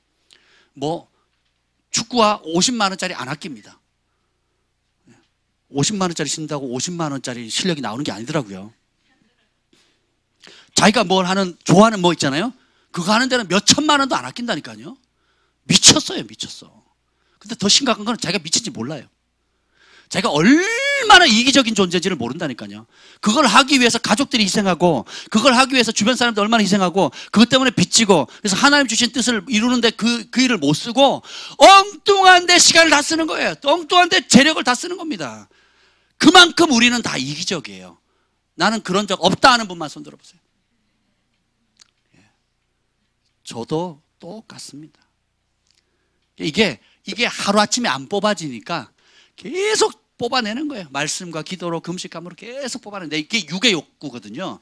그래서 하나님 사랑보다 쾌락 사랑한다. 쾌락하는 게 극단적인 죄뿐만 아니라 내가 즐거우려고 하는 모든 소소한 것들이에요. 이해가 되세요? 네. 이거를 인정하는 순간 변화가 시작됩니다. 그래서 성숙했다는 것은 결국은 뭐예요? 왜 고난을 받을까요? 왜 고난을 받을까요? 나만 생각하면 덜 받을 수 있어요. 근데 저 사람의 영혼을 살릴 거다. 저 사람의 부르심의 자리로 가도록 도와줄 거다. 저 사람 지금 시련 가운데 있는데 나라도 버팀목이 되어주자. 함께 그 시련을 같이 이길 수 있도록 힘이 되어주자 하면 그때부터는 신경 써야 돼요. 그때부터는 기도가 나옵니다. 그때부터는 내 주머니에서 돈이 나가게 돼 있어요. 시간을 함께하고 아픔을 함께합니다. 그래서 그 사람이 결국 잘 극복해서 이기면 어떻게 해요? 그 기쁨도 내 것이 되고 보람도 내 것이 되고, 또 그것을 천사가 다 기록해서 하나님 앞에 가면 이후에 주님 앞에 섰을 때 칭찬이 많은 거예요. 아멘. 그래서 이제는 기쁨의 방향을 바꾸는 겁니다. 그게 여러분의 부르심이에요. 남을 행복하게 하는 거. 황금절이 뭡니까? 율법과 선지자의 강령, 내 이웃을 내 몸처럼 사랑하는 것이고, 그게 대접받고 싶은 대로 대접하는 것. 따라서요, 내가 대접받고 싶은 대로 남을 대접하라. 이게 신구약을 통틀은 한마디예요. 그게 사랑하는 겁니다. 사랑은 뭐예요? 주는 거라 그랬잖아요. 이게 아니라고요. 주는 겁니다. 아멘. 그 제가 선교여행을 준비를 할 때마다 늘 이렇게 물자를 준비를 하잖아요. 그러면 현실 있고 그런 그 영혼들을 향한 제 마음이 있거든요. 그러니까 현실에 묶이는 것들이 있어요. 뭐 재정이니 시간이니 뭐 여러 가지 것들. 그럼 현실이 딱 보이잖아요. 근데 그 영혼들을 생각하면 이 현실의 장벽이 넘어갑니다. 그리고 일을 저질러요. 그래서 같이 사는 분들이 가끔씩 힘들어할 때가 있어요. 가끔은 아니고 자주 그러는데, 생각해 보세요. 그러니까 전도 팔찌를 하나 지금 봤는데, 어린이용하고 또 어른용이 있습니다. 그래서 이제 길거리 다니면서도 전도를 할 거고, 이제 어린이들을 위해서도 하는데, 여기 보니까 너무 이뻐요. 그래서 영어로 돼가지고 아주 예쁘게 탁 차면 이렇게 팔목에 탁 차여지는 거 있잖아요. 그런 식으로 돼 있더라고요. 그래서 그걸 몇 개를 주문할까 하다가, 이 생각, 우리가 필요한 게 몇 개고, 기왕이면 거기 현재 또 남아있는 그 선교사님이 좀 거기서 구하기 어렵잖아요. 구하기 어려우니까 우리가 여분으로 몇백 개를 더 가져가면 그분들이 쓸 수 있잖아요. 그래서 제가 일단 200개밖에 주문을 안 했어요. 왜냐면 우리가 쓸 게 한 200개가 돼요. 일단은 써야 될 게. 왜냐면 급식 갈 때 어린이들 길거리에서 구걸하는 아이들이 있거든요. 그래서 150개가 기본 나가고, 그리고 이제 고아원에 한 40개 정도 나가면 그것만 해도 190개잖아요. 우리 팀들 또 이렇게 쓰면 그거면 200개잖아요. 그러면 부피가 얼마 안 되니까 그런 것들은 한 200개 더 사가지고, 너무 적어요? 제 믿음이 너무 작은가? 한 300개 정도 더 추가해서, 그러면 그걸 보는 현지 사역자들이나 선물로 주고 오면 그들이 또 전도할 때 쓸 수 있잖아요.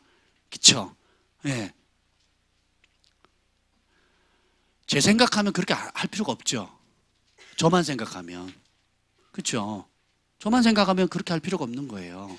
근데 그것을 보고 힘을 얻을 사역자들, 좋아할 어린이들, 그리고 그것을 바라보는 주변 사람들을 생각하면 이게 마음이 생기는 거예요. 그래서 살짝 무리가 되지만, 근데 요것만 그런 게 아니잖아. 요것만 할 게 아니거든요. 또 영역별로 또 있어요. 이것저것 또 챙길 게 많습니다. 그러면 그것도 보면 현실이 있고 필요가 있고, 또 그 안에 주님께서 내게 주시는 사랑과 긍휼한 마음이 있는데 입장을 뒤집어 놓는 겁니다. 내가 그 선물을 받는 어린아이라면, 그리고 그날 아파가지고 아이가 못 왔어요. 근데 다른 친구들은 그걸 받은 거예요. 그걸 다른 친구는 팔에 차고 막 자랑하고 다니는데 못 차고 다니고 있을 아이들, 한번 생각해 보세요. 그죠? 그러니까 제가 또 저지르는 겁니다. 할렐루야. 근데 이런 부분에 대해서는 확신이 있고 담대함이 있기 때문에 굉장히 기쁘게 합니다. 주님께서 또 은혜를 주세요. 그렇죠? 예. 그래서 여러분의 삶 가운데 꼭 선교지뿐만 아니라 일상에 여러분들이 지금 매일 만나는 분들 있잖아요. 까다로운 사람이든 뭐 좋은 사람이 상관없이 그런 사람들에게서 그 사람의 입장에서 하나님의 사랑을 어떻게 고대할 건가를 한번 생각해 보세요. 그러면 굉장한 지혜가 임합니다. 그러면 말하는 게 달라지고요, 음식을 대접하는 게 달라집니다. 돈 안 들여도 격려해 주는 말 한마디, 또 다독여 주는 거, 또 내가 가지고 있는 물건들 가운데 저 사람에게 가면 정말 필요한 거, 이게 뭐냐면 그 생각 자체가 그 사람의 입장에서 생각을 하게 되면요, 보여요. 굉장히 많이 보인다니까요. 예. 그래서 여러분들이 그것을 대접받고 싶은 대로 대접하는 게 여러분 부르심입니다. 그래서 여러분 부르심을 생각할 때 무슨 타이틀도 있습니다. 근데 타이틀로 생각하면 피곤해져요. 부르심도 관계로 이해하셔야 돼요. 하나님과의 나의 관계. 성령께서 알려주시는 대로 하겠다, 이 생각을 하면 돼요. 주님, 내 사명이 뭡니까? 부르심이 뭡니까? 그러니까 오늘 내게 성령께서 감동 주시는 그 일을 하는 겁니다. 아멘. 그리고 사랑하는 마음을 가지고 있으면, 사랑의 안경을 딱 쓰면 저 사람이 뭐가 필요하다는 게 보이잖아요. 중보가 필요한지. 여러분, 남을 위해서 3일 금식해 본 적 있습니까? 우리 중보팀들은 그런 거 참 잘하시는데 일반 그리스도인들은 거의 없습니다. 그리고 자기 돈 없다 그러고 시간 없다 그러고 그럽니다. 근데 진짜 어려운 영혼을 위해서, 병든 영혼, 아픈 영혼, 도움이 절박한 영혼, 낙담한 영혼을 위해서 하루라도 금식해 보셨냐고요? 아니면 한 끼라도 일주일 금식해 보셨냐고요? 돈 안 드리고도 얼마든지. 그래서 안나가, 성경에 예수님을 맞이했던 어린 예수님 안나가 결혼한 지 몇 년 만에 과부돼 가지고 80년을 성전에서 기도와 금식으로 섬겼거든요. 성전에서 기도하고 금식했어요. 일반 저같이 활달한 남자들이 보면 이건 참 진짜 못할 일이에요. 그리고 그게 무슨 큰 상급이 있겠어, 그게 무슨 하나님께 크게 되겠어 라고 생각하는데, 하늘의 관점은 다르다는 거예요. 이 백성이 겸비하여서 내 얼굴을 구하면, 또 죄 가운데 있을 때 중재할 자를 내가 찾아봤지만 없었다. 근데 진짜 중재하는 사람이 있으면 내가 돌이키겠다. 다 뭐 하는 사람들이에요? 기도하는 사람이거든요. 그래서 각자 우리가 그냥 단순히 세상적인 방식으로만 하나님의 뜻과 부르심을 이루실 수 있다는 그런 편견을 버리셔야 된다고요. 아멘. 그래서 운전하시잖아요, 그죠? 그러면 운전하면서 전하는 그 뭐죠? 운전하면서 기도하는 겁니다. 제가, 여러분도 그런 경험이 있을 거예요. 버스를 탔는데 탈 때마다 만약 10사람이 타면 10사람이 다 인사하는 거예요. 운전수가, 기사님이 운전을 하면서 축복의 말을 하는 거예요. 그리고 내릴 때 막 쿵 하잖아요. 이렇게 막 극복이를 받잖아요. 그러면 여러분 놀라셨죠? 죄송합니다. 길이 좀 막혀서, 또 뭐 갑자기 껴서 이렇습니다 하고 안내 멘트까지 해줘요. 그리고 내릴 때 오늘 하루 행복한 하루가 되세요 하고 또 그러고 그 버스 타니까 막 기분이 막 해피 하는 겁니다. 우리 택시 기사들 지금 막 데모하고 막 그래도 국민들의 공감을 못 받는 이유가 뭐예요? 택시 타면 불친절하고요, 뭐 기도가 저절로 납니다. 천국의 상이 클 거예요. 언제 죽을지 모르겠다는 위협감을 줘가지고 불신자들도 기도하게 만드는. 제가 어쩌다가 친절한 택시를 만나면 제가 팁을 드려요. 감사하다고. 이런 택시가 많이 일어났으면 좋겠습니다. 예, 그렇게 얘기를 하거든요. 근데 압도적인 숫자의 택시가 뭐예요? 막 진짜 위협감을 느끼거든요. 그러니까 제가 몇 번이고 중간에 세우세요, 내리고 싶어요 하고 막 입이 나올 만큼의 어려운 상황을 많이 겪었잖아요. 여러분도 마찬가지잖아요. 근데 여러분의 삶의 상황을 다 바꿔. 이 자리 자체가 내가 주님의 사랑을 흘려보낼 수 있는 기회고, 여기가 내 부르심의 자리다라고 생각을 하면, 모든 게 기회입니다. 주님의 사랑을 나눌 수 있는 기회, 다른 사람을 섬길 수 있는 기회, 축복하고 위로할 수 있는 기회가 되는 거예요. 아멘. 특별히 사람을 지도할 수 있는 위치라면, 사람들 내가 지도할 수 있는 위치, 내 밑에 몇 사람이 있다, 내가 몇 사람을 가르친다, 또 나와 관련되어 있는 어떤 팀이 있다, 더 잘하셔야 됩니다. 네. 더 잘하기 힘들다 그러면 이렇게 우리 교회 담임 목사님 내가 반만 대하겠다 이렇게 생각하세요. 아무도 아멘 안 하시네. 뭐 저희 교회는 담임 목사님 없으니까 괜찮아요. 우리 예수님 그렇지, 예수님이시지. 한번 그렇게 생각해 보세요. 그럼 반만 돼도 한번 생각해 달라진다니까요. 내가 가르치는 아이들, 내가 만나는 사람들, 거래처, 또 직장에 있는 일하는 사람들, 예수님 대하듯이 대하면 정말 행복해져요. 그래서 저는 그걸 의지적으로 많이 생각을 해요. 저 사람이 부활하신 이후 예수님이 다른 모양으로 나타나시잖아요. 저 사람이 예수님의 다른 모습으로 나타난 것일 수 있다. 지극히 작은 소자에게 대한 것이 나에게 대한 것이고, 지극히 작은 소자에게 관심 갖지 않은 것, 사랑하지 않은 것이 나에게 하지 않은 것이다. 예수님 그렇게 말씀하시거든요. 이것부터 생각이 바뀌어지잖아요. 그럼 그게 진짜 믿어지면, 여러분 아멘 하셨죠? 그럼 진짜로 그렇게 보시고 행동하는 겁니다. 오늘 3장 15절 읽어볼까요? 15절 읽겠습니다. 15절 읽겠습니다. 15절, 16절, 17절까지 시작. 또 어려서부터 성경을 알았나니 성경은 능히 너로 하여금 그리스도 예수 안에 있는 믿음으로 말미암아 구원에 이르는 지혜가 있게 하느니라. 모든 성경은 하나님의 감동으로 된 것으로 교훈과 책망과 바르게 함과 의로 교육하기에 유익하니 이는 하나님의 사람으로 온전하게 하며 모든 선한 일을 행할 능력을 갖추게 하려 함이라. 아멘, 아멘.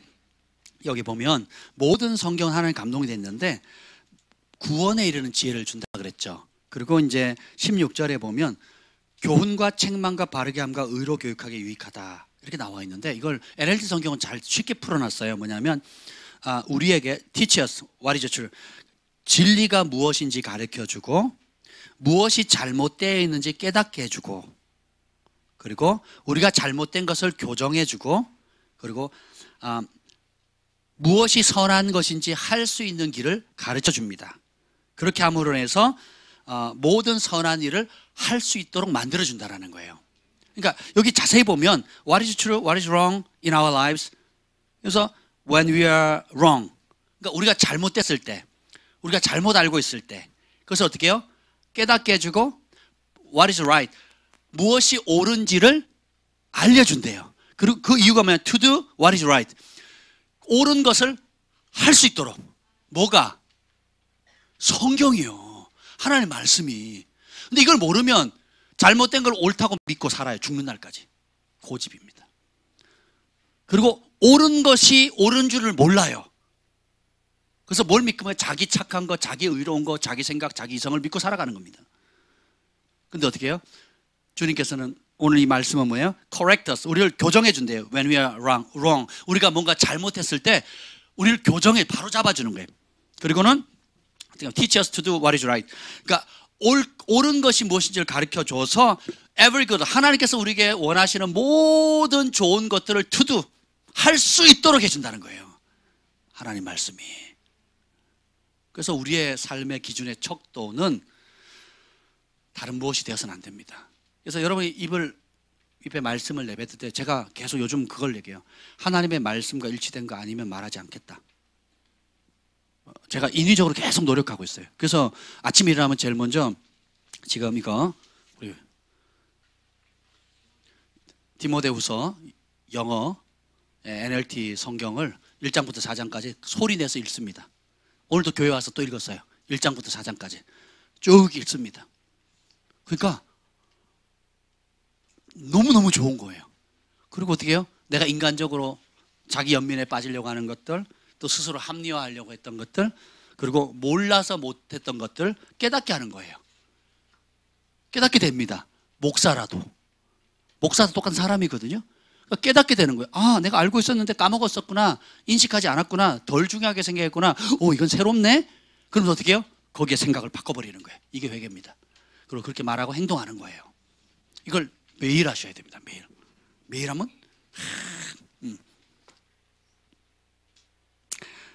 그래서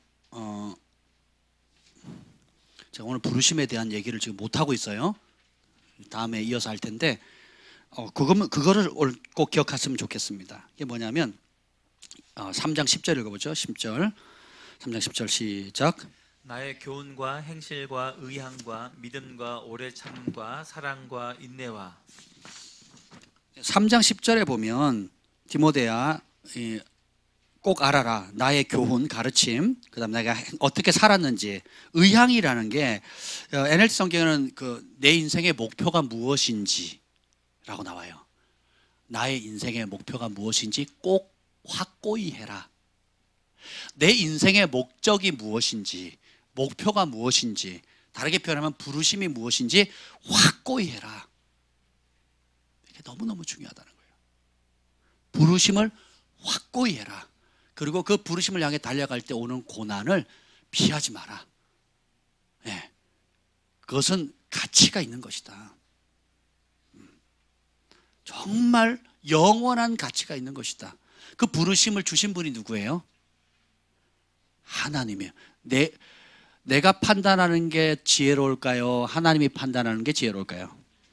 내가 세운 계획이 지혜로울까요? 하나님이 세운 계획이 지혜로울까요?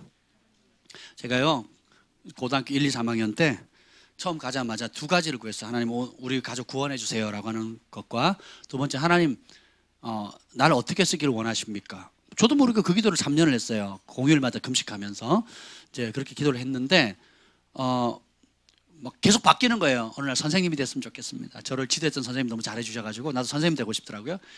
하나님, 선생님 되고 싶어요. 근데 어느 날 막 기도를 뜨겁게 하니까 막 욕심 생겨. 저를 교수님 되게 해주세요. 교수님. 막 어느 날은 아니지, 돈을 많이 벌어야지. 그래서 사업가가 되게 해주세요. 계속 바뀌는 거예요. 그러다가 주님 막 이렇게 기도하다가 고3이 됐는데도 모르겠어.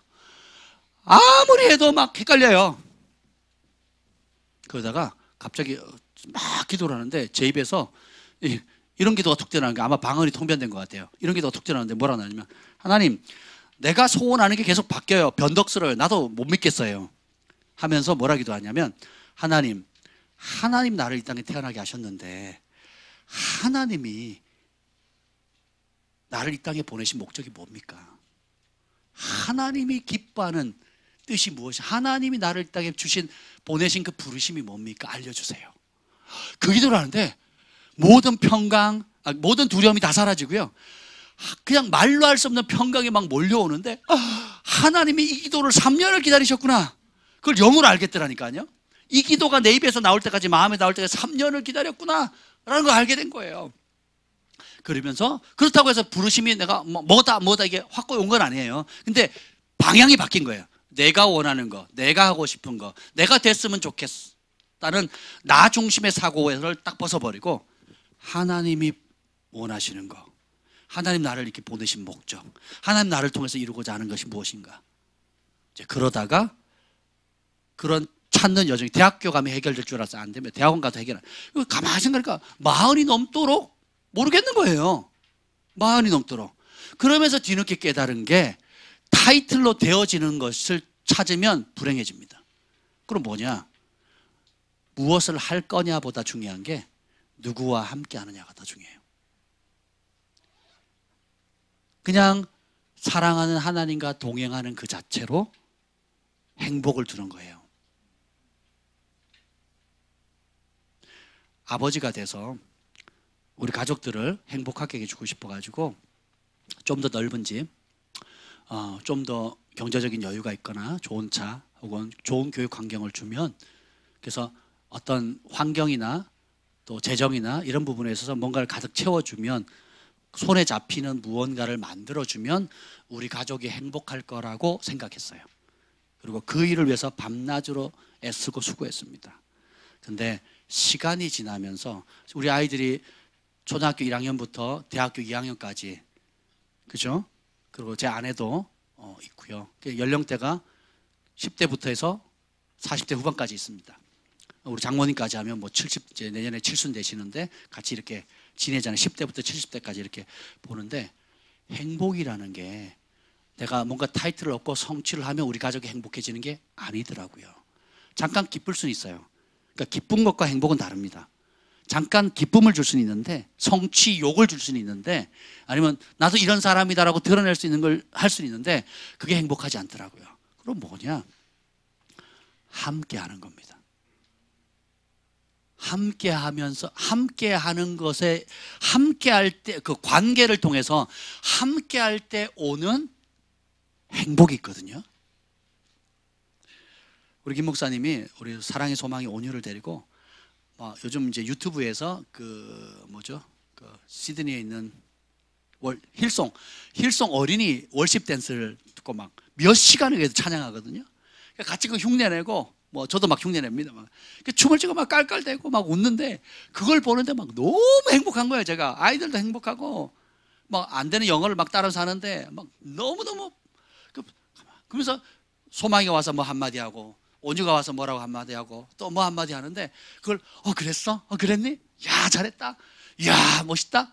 너무 잘하네. 제가 칭찬하고 박수 쳐주거든요. 그럼 애가 막 행복해가지고 색 돌아가거든요. 과연 여러분이 추구하는 행복이 뭡니까? 여러분이 추구하는 성공이 뭡니까? 미얀마에서 온 선교사님이 저한테 그 얘기 하시더라고요. 미얀마에서 미얀마 태국까지 아마 20년 동안 선교를 하신 겁니다. 저에게도 큰 영향을 주신 분인데, 그분이 그 얘기를 하시더라고요. 아이들이 다 커서 이제 어디더라, 연세대인가 성균관대인가 하여튼 우리나라에 손꼽히는 대학에 들어갔는데, 국가에서 전액 장학금을 주고요, 학교에서도 용돈까지 준대요. 그러면서 하는 얘기가 이 얘기를 하시는 겁니다.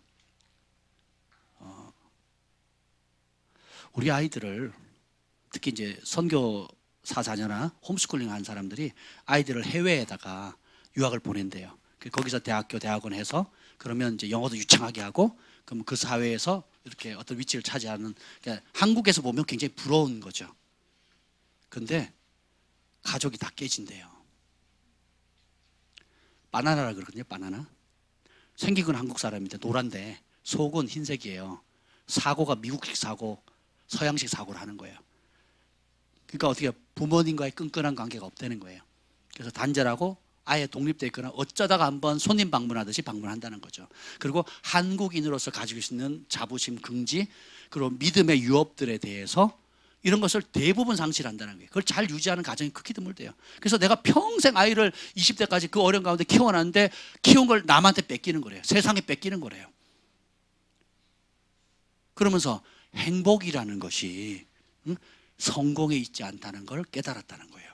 그래서 아이들이 국제학교에서 공부를 해서 좋은데 해외로 보낼 수 있는데 일부러 너는 한국 사람이다, 한국에 영적인 좋은 유업들이 있다, 그리고 우리가 믿음의 가정이다 해서 일부러 한국의 학교를 보낸 거예요. 성공이 중요한 게 아니라 왜 성공시키려고 해요? 행복하라고. 근데 성공 이꼬르 행복이 아니다라는 겁니다. 그래서 뭐냐? 결국은 제가 이런저런 얘기를 들으면서 깨닫는 게 뭐냐면 행복은 성취함으로 오는 것이 아니라 관계를 잘 빚어감으로 온다는 걸 알았어요. 하나님과의 나의 관계, 가족 간의 관계, 성도 간의 관계. 오늘 여기도 보면 이제 그 내용이 나와요. 뭐라고 나오냐면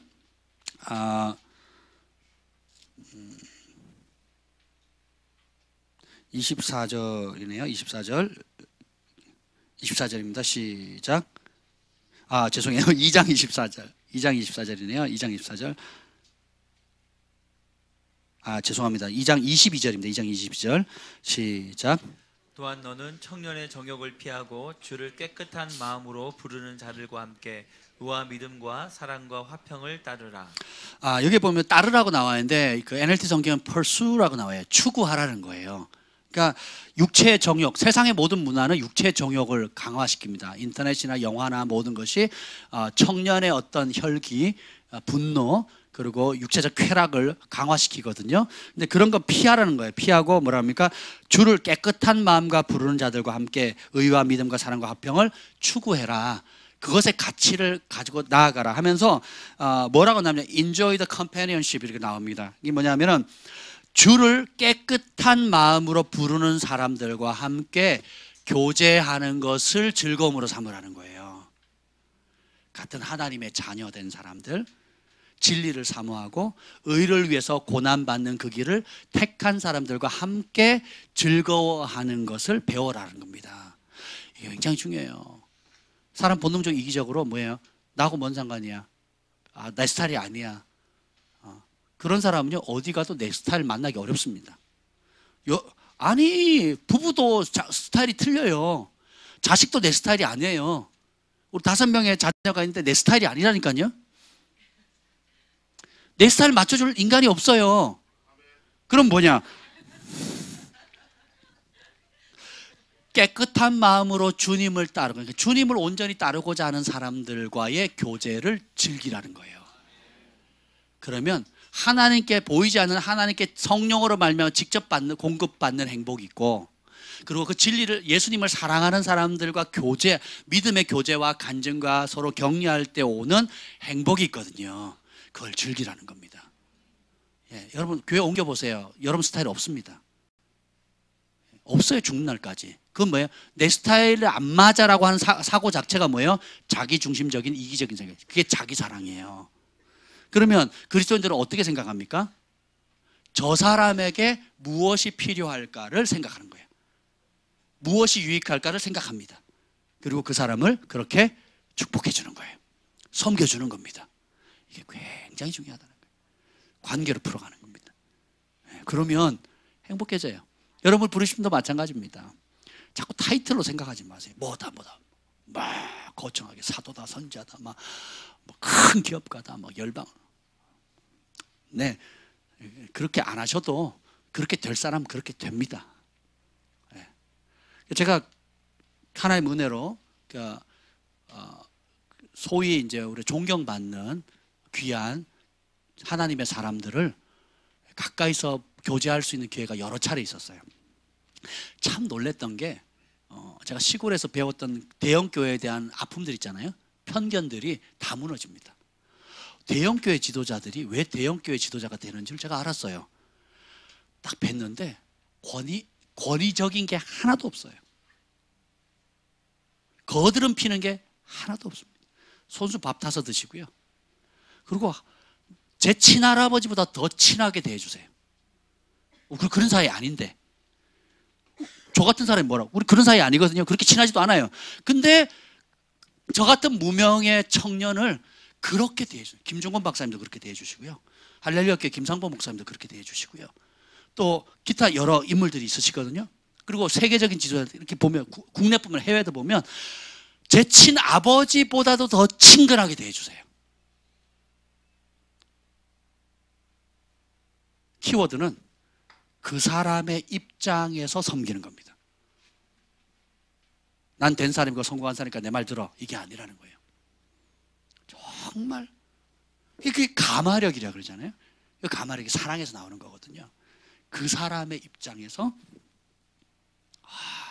그러니 자연스럽게 사람이 붙는 겁니다. 그러니까 사람이 따르니까 권위가 올라가는 거거든요. 내가 아무리 큰 부르심을 받는데 사람이 나를 안 따라요. 왜? 인품이 안 되고 그런 열매를 못 맺으니까. 예. 이기적으로 자기중심적으로 생각을 하니까 안 붙는 거거든요. 근데 그렇게 배려하면 자연스럽게 사람들이 모이는 거예요. 그래서 작게 얘기도 크게 듣고 사랑함으로 섬기고. 왜? 사랑받았으니까. 예. 우리에게 주님께서 요구하시는 것들이 참 이렇게 아름답다는 거예요. 이게 하나님 나라의 원리인데 참 아름답지 않습니까? 그래서 오늘 마지막 한 절 읽고 마칠게요. 1장 14절 읽겠습니다. 1장 14절. 1장 14절 시작. 우리 안에 거하시는 성령으로 말미암아 내게 부탁한 아름다운 것을 지키라. 아멘. 우리 안에 거하시는 성령으로 말미암아 우리에게 부탁하신 하나님의 그 부르심들을 끝까지 지키는 겁니다. 부르심에 대해서 알기를 원하시는, 부르심을 발견하는 방법은 유튜브에 나와 있어요. 제가 하나님 부르심을 발견하는 방법, 아는 방법이라는 제목을 올렸거든요. 두 가지가 있을 겁니다. 오래전에 올린 게 있고 최근에 올린 게 있는데 둘 다 괜찮아요. 최근 것이 더 낫습니다. 그래서 여러분 부르심을, 자기 부르심을 확증하고 싶다 하는 분들은 그걸 좀 들어보시면 좋을 것 같고요. 오늘은 이 부르심을 이루는 것이 올 때 오는 고난이 영원한 가치가 있다는 거. 부르심은 타이틀로 얻는 것이 아니고 관계로 만들어가는 것. 된 게 아니고 되어져 가는 거예요. 결정된 게 아니라 만들어가는 것입니다. 우리 하나님은 로봇가 아니에요. 기계가 아닙니다. 관계 가운데 계속 그 관계의 깊이, 신뢰와 사랑과 존경하는 마음을 키워가시는 분이세요. 이 놀라운 주님 너무 감사하지 않습니까? 아멘. 그래서 하늘의 부르심을 지키기 위해서 여러분이 즐거이 고난받으시길 축복합니다. 기도하겠습니다.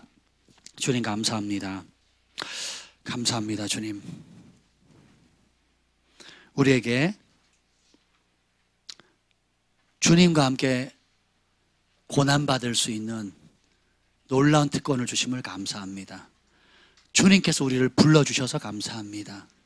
사람이 불러줘도 기분이 좋은데 만왕의 왕 만주의 주 온 우주의 통치자 되시는 좋으신 아버지 하나님께서 우리를 불러주시니 감사합니다. 그 부르심 따라 살게 하시고 그 부르심을 위해서 고난받는 것이 얼마나 큰 영광인지 하나님 그 가치를 우리의 영혼 가장 깊숙한 곳에 새기게 하여 주옵소서. 즐거이 주님과 함께 고난받는 길 살게 하옵소서. 그래서 우리의 이런 순종을 통해서 많은 영혼들을 살리고 주께로 인도하여서 하늘의 별과 같이 빛나는 하나님 축복의 통로들이 다 되게 하옵소서. 이제는 우리 구주 예수 그리스도의 은혜와 하나님 아버지의 극진하신 사랑과 성령의 감화 감동 충만하심이 오늘도 하늘의 지구한 부르심을 따라 즐거이 고난받기로 결정하는 우리 글로벌 파이어 교회 위에 열방의 영혼들 위해 영원토록 함께 있을 지어다. 아멘.